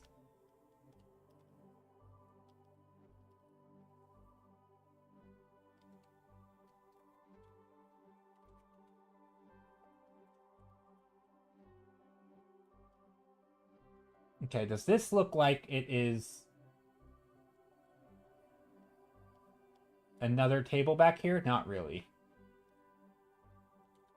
So I'm going to make even smaller shapes. Also, this is probably not the greatest brush for this because it's a little bit textury. Also, I'm painting at very low resolution, so that's not helping either. But, like, we have multiple layers back here of stuff, right? Lots of small things. Little stuff on the table.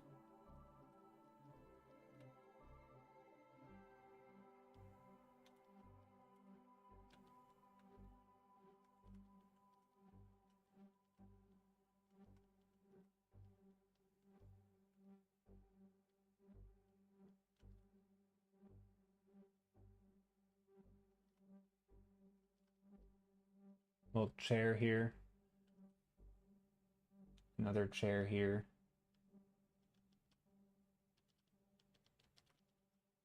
This could all be darker.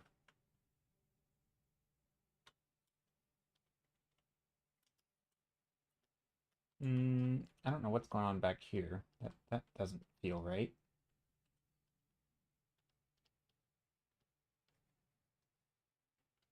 This can go here. I flipped the scene just to try and make the scene look good rather than trying to copy what's in the scene.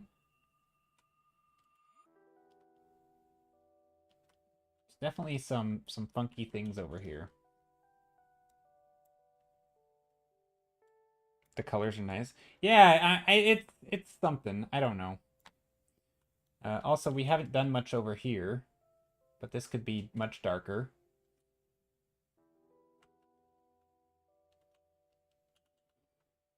Like, I can always add color variation later, right? Like, that's the thing that I think is probably something that people struggle with. And again, I struggle with this scene. I mean, I'm literally struggling right now. But that's something that I think is probably easy to, like, not realize that you're struggling with is just by trying to get all the colors right. Like, I don't think that's important. You can come back in and make something a different color any day, or, you know, at any time.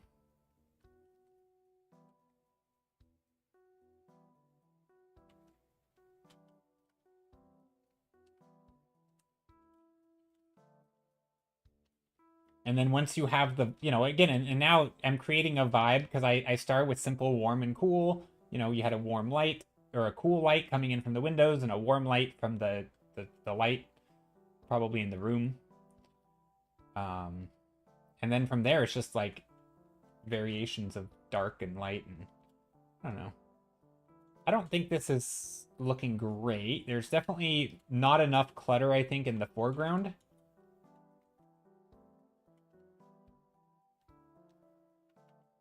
Or at least the clutter isn't as precise as it could be.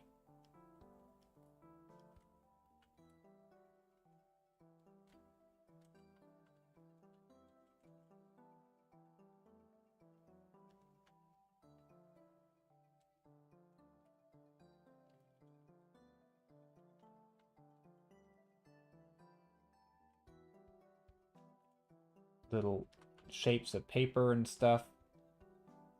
Mats. There's tons of stuff here.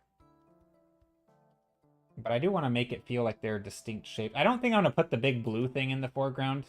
I could, but I'm not going to. I'm lazy. And it honestly feels like it's going to be the hardest thing to draw. Also, trying to fit it in after the fact.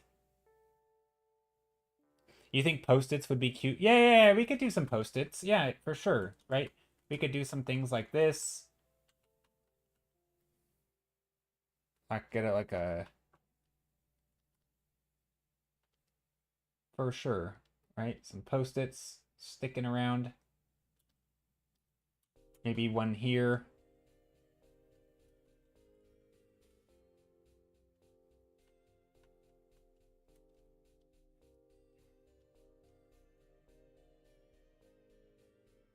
Yeah, that's my thinking. Is I don't even know what it is, and so it's hard. Like it's just a nondescript object, you know?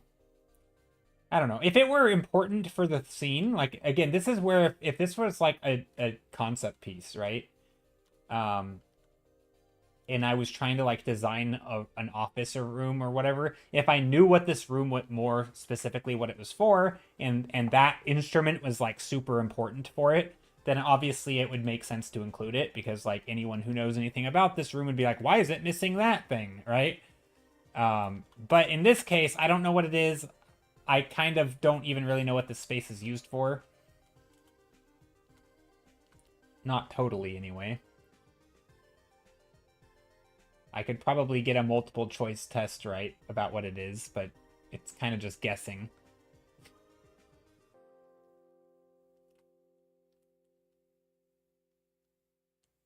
Anyway, yeah, I think the space relativity, is that a word? Space, the relative space, the distances between the things. I think I kind of goofed up on some of that.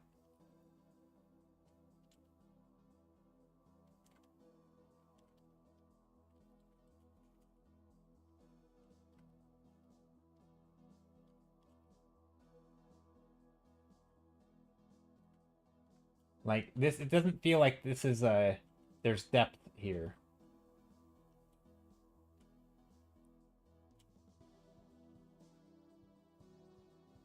Could add one of those satellite dishes. I don't see a satellite. Oh, these up here? Yeah, maybe. That's true. Yeah, we could add one of those. Those little dish thingies. Yeah, I didn't even think about that. That actually would be useful just to for like this wall thing right here. This pillar with like some of these shapes. The one above the drawing. The one above the drawing. These? I actually don't know what you're talking about. I don't even see the drawing. This?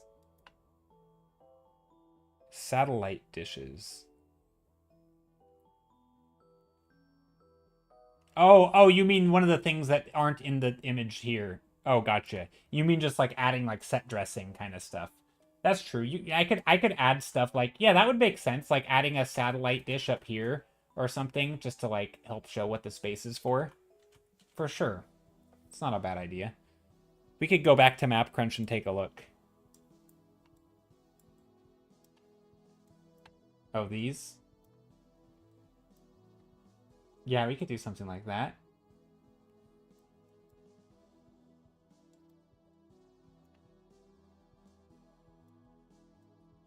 Maybe we have one. Maybe I'll take a screenshot of this.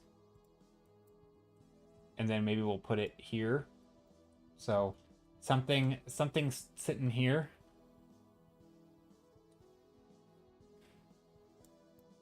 Facility of Physics. Faculty of Physics. Is that what that said? Now, is this gonna look like a satellite dish? I don't know. But just something sitting here, so we're like, okay, here it is. Here's a satellite dish. It's sticking off the edge of this thing, whatever it is. This is the back side of it. Just something to point inward or out of. It's a university. Gotcha.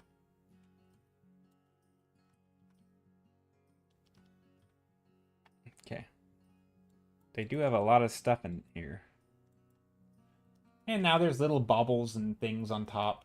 We can come in here and sketch.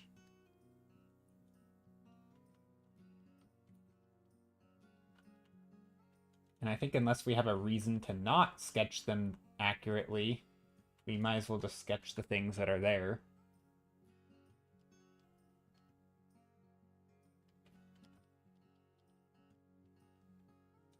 Little solids.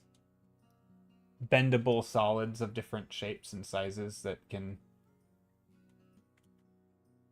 make figures out of, or make forms out of.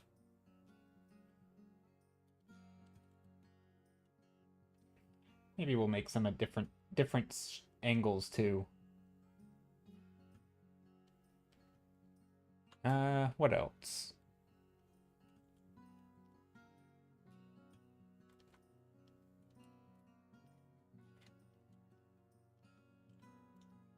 Some pencils, screwdrivers. True. Yeah, there could be stuff. Yes, especially up here, sitting on the edge.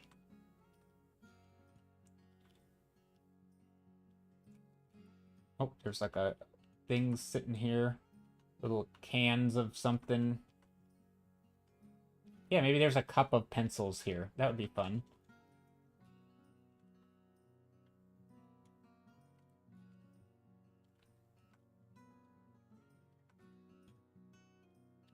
We'll go like that, and we'll just go bloop, bloop, bloop, bloop, bloop.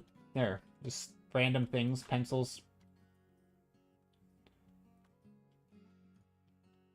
Because who doesn't put pencils in cups? Let's be real. Okay. Or brushes in cups or whatever. Okay.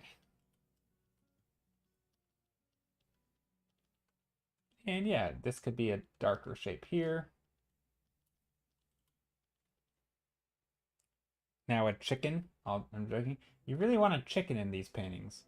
When you paint this image, Fatima, and you share it, I expect to see a chicken in it.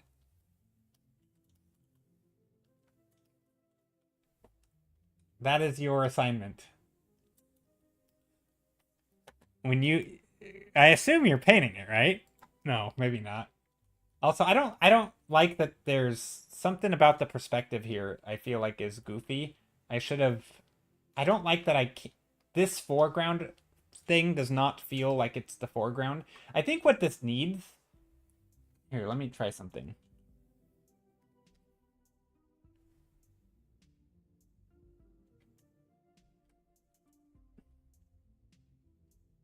Just to zoom in. Just that. I think that's better.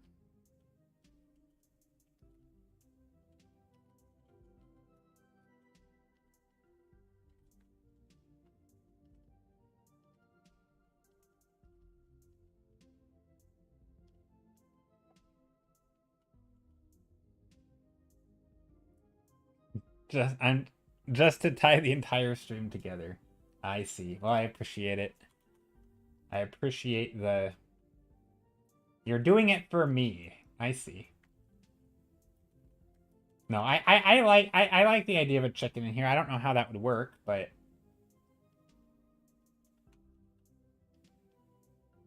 I'm trying to so one thing that I didn't do is the silhouette here. So if you look at the silhouette of this table, you can't see the table shape, right? Whereas here I have like the table shape kind of. And there's a lot of this stuff is a lot more prominent. And so I want oops. So I want to just come in here and just make these shapes a little bit more prominent. And we, little nooks and crannies. Maybe we even take like a darker edge here.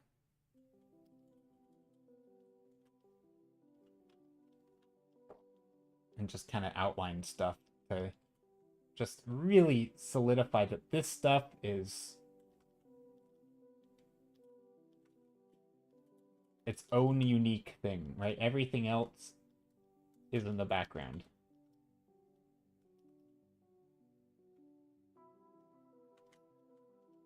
And then maybe there's some random stuff here. You've had a day? Yeah, no worries. I think this isn't bad. It's just a bunch of random clutter, so it's kind of... I guess it's not random, but it's just a bunch of clutter. Maybe here we go like this.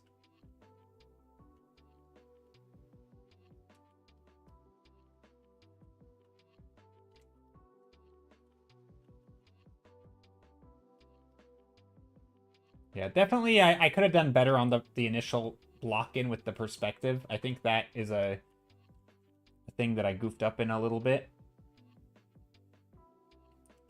Yeah, I think it's kind of got the vibe. Yeah, maybe. I think we could probably also put a little bit of, like, random, red dots in here. Just things sitting on here, whatever that is, little buttons and stuff. There's some more yellowy colors. I don't know. Maybe not. Maybe I like the old style. This sort of vintage look. I could probably also do something, and this is more experimental. I'm going to take, like, a darker color. Also, you have an unfinished satellite. That's fine.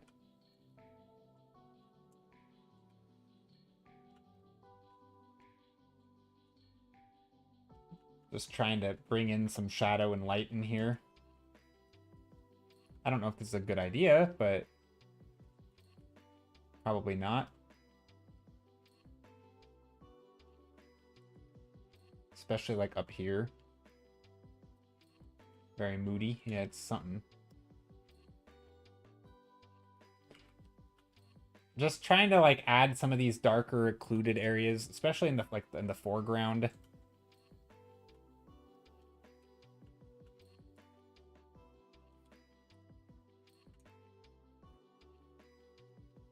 I know atmospheric perspective isn't really a thing in indoor scenes like this, but something to try and make this stuff on the table feel like it's closer to us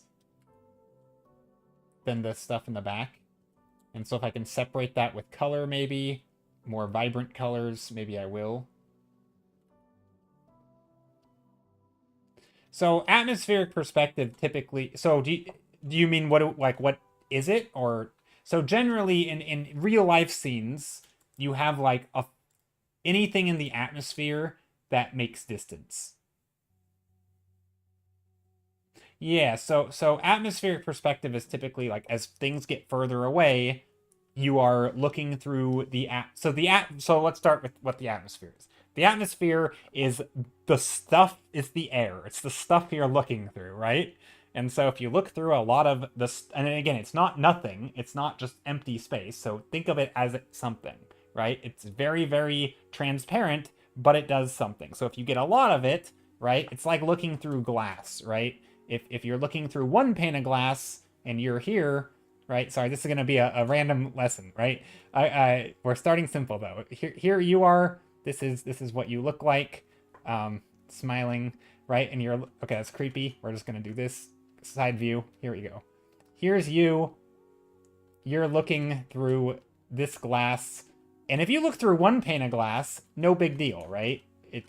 Nothing changes, right? But if you look through 2 layers of glass and then another one and another one, pretty soon it builds up. Even though that one glass looks transparent, right?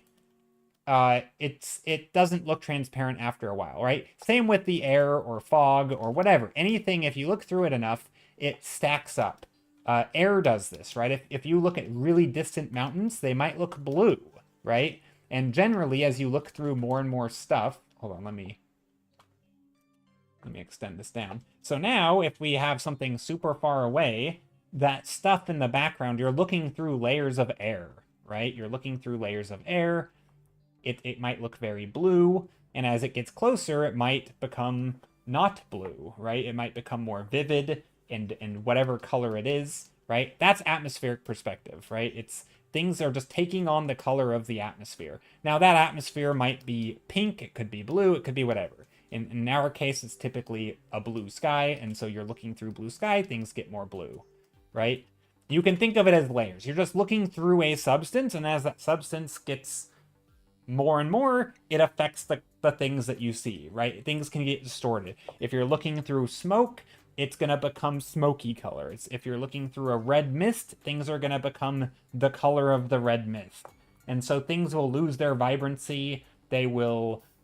But it's a really effective way of adding depth, right? It adds depth because it makes it so this object is distinct from the object behind it, right? And if I go back a little further, things back here are further away because they're lighter, right? And so just like if you're in a foggy forest or something, right? You know exactly which thing is farthest away. Not even if there's a big chunky tree back here that's really, really fat. That's a massive tree. This is the biggest tree you've ever seen. It's huge. But so this tree might be, size-wise, it's the same as back here, but you know that this one's far away because it's light, right? So a lot of times when I'm saying atmospheric perspective, you don't really get that indoors. It's just not enough space. But you still might choose to say maybe make this a little bit more vibrant and blue, and this might be a little bit more pale and washed out, and just like almost like you're looking through a thin layer of fog, right? Sometimes you can artificially introduce it, instead of making maybe you have the shadows up here are super vivid and dark, and maybe the shadows up here are not. They're a little bit washed out, right? Like this is more gray than this one. And so maybe I use that gray as the shadow color back here so that it just feels like it's a little bit further away. With the table, yeah. Also, yeah, there's also like the Fresnel effect where like at a lower angle, things are going to get more shiny. So if you're looking down at a table like this, it might be more blue. And if you look far away, and because now you're looking across the table, it might have that shine to it. So that's kind of a similar effect.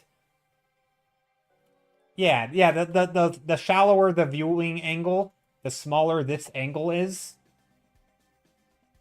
right? The smaller that angle is, the shinier the substance will be. So if you're looking far away, where that angle gets really tiny, right? It's going to be shinier. And if you're looking straight down, this angle is not as small, it's not going to be as shiny. Right? It's also why, like, when you look in water, if you look straight down, you can see through the water. But if you look out over a lake, it looks just shiny and watery, and you can't see the bottom. It's because of that effect. But this effect also affects things like the street, right? So the street really far away will be shinier than the street looking straight down at your feet. Or a table, especially if it's shiny. If it's a shiny object like a shiny table, it's going to be even more shiny.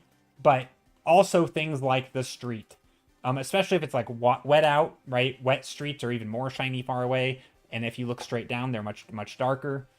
So yeah, there's a lot of that, but that's not really atmosphere. That just has to do with like color distortion and shine at different distances. But it all affects. But all of those are tools you can use, right, to make something look like it's far away. And so sometimes if you're painting something like this, and again, this is a mess by all means, but if you're struggling to make something read, you might be able to say, this is purely experimental, but you might be able to take something like this and say, here are these foreground objects. I'm going to make a big layer like this. What if I took these foreground objects and put a sunbeam and dust in here, right? And the dust is like, filling the scene, but it's not filling this stuff as much. This stuff is more or less being unaffected because it's closer to us. And so maybe that would make it, that foreground object would read a little better, right? I'm not saying that's the right play. That might be the wrong thing to do, but it's a thing you could do to try and like separate these two up, right? You could also just do it right on the bottom, something like that. I don't know if that's a good idea. But sometimes if these things get a little unclear, there's ways to do it. I mean, you could also add like a rim light if you wanted. You could just come in here and go boop, boop, boop. Just make a literal line. That's not very chunky of a rim light, right? You could do something like that. That's probably not a good way to do it either. But there's different ways. My point is there's multiple ways. You could do it with color variation. One could be saturated, one might not be. I don't know what to do here. I don't know the best way to do this. I mean, just being consistent in scale and stuff and texture scale is probably going to be enough.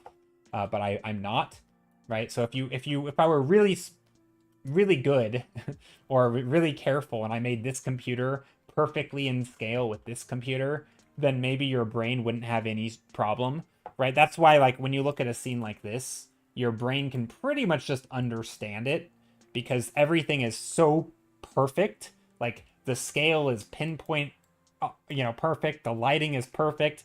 But in real life, like, when you're drawing stuff, you're never going to be that perfect. And so sometimes you have to use little, like, tools, some trickery to make things more clear. Because if you don't draw it perfect, your brain's not going to know what's happening. Because you're going to make accidental optical illusions, right? And so sometimes you would take an image like this. And I'm basically ending stream, by the way. Sometimes you might take an image like this and be like, you know what? Let's just knock all of this stuff back a bit. And you might say, okay, let's make all of this a little bit less clear.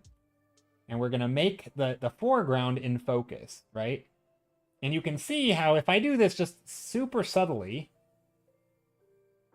it's very clear now that what's in focus, right? Like this stuff is super crisp, and this stuff isn't quite as, like the difference between that and this, especially around this area, right around here, like it became so much more clear.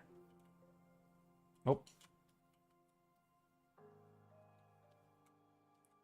Right, especially if I go like that. Right, so if you want to make something stand out from the background, you can do that and you can remove all that noise, right? I'm not saying that's the right thing to do here, but it's an artistic choice you can do to like help create that depth, right?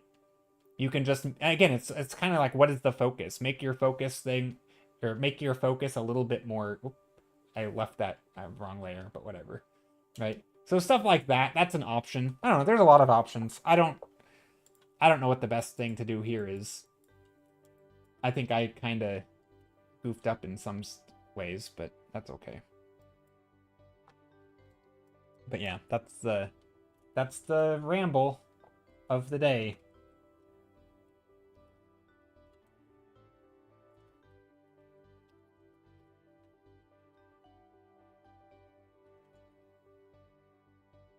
Helps you with the ideas. I think it's useful. And this is one of those things where, like, even in character art, right? Like, atmospheric perspective doesn't really typically exist indoors because you just aren't looking through enough atmosphere, right? And typically you don't, unless you have like fog or smoke or something, right? Somebody burnt something. Generally speaking, you're not going to have much atmosphere to look through.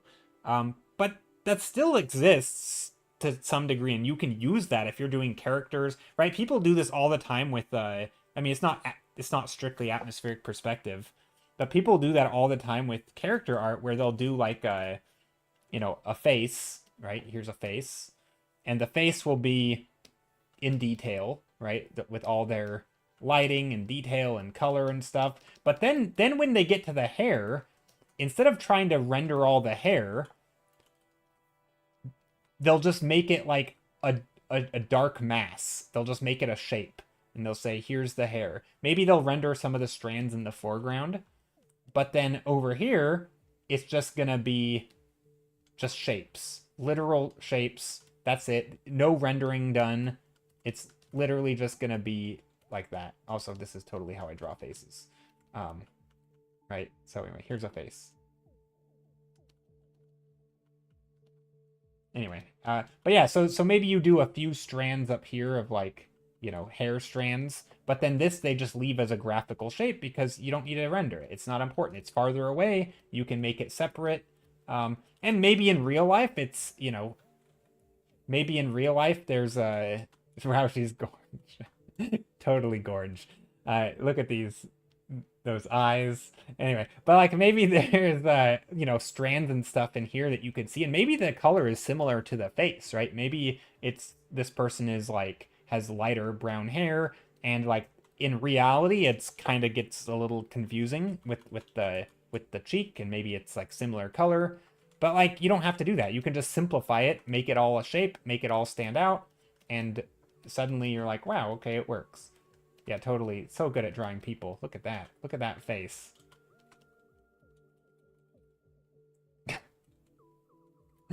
Hold on. There. That's how I draw faces. Anyway, amazing. Yes. No, but anyway, my point is sometimes you just simplify shapes, and choosing to simplify them in the distant stuff can be smart.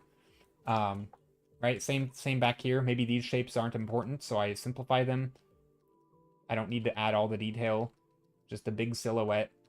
And then back here, right, same thing, just silhouettes. And then maybe up here, maybe I start doing all the knobs and the details, because these things are up close, and there's, this is a box with writing on it, a post-it note with a cat on it.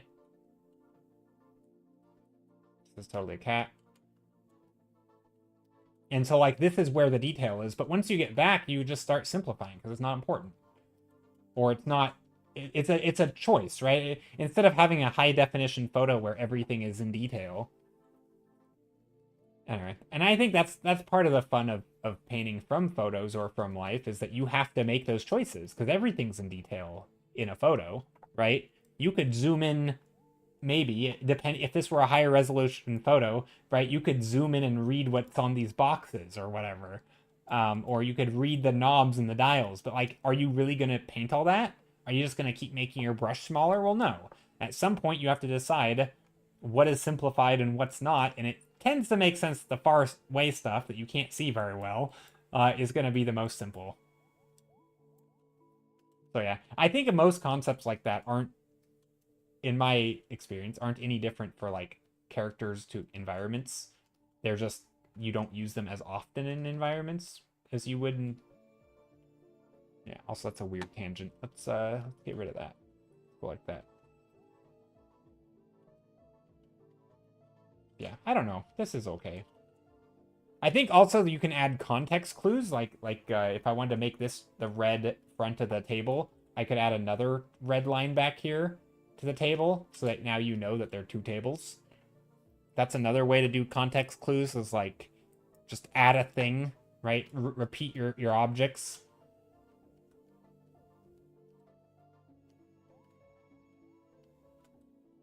I don't know if that red line's gonna help, but sometimes that stuff could do something.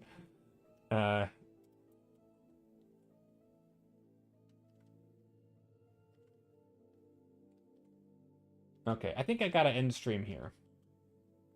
Got some stuff I gotta do today before the day is done. It's my grandma's birthday. She is turning 101 years old. So, I am going to end stream here. And yeah. All right. Take care, everybody. See y'all. Have a good day. Oh, I'm dropping frames. Is my stream dying? How long has my stream been dying?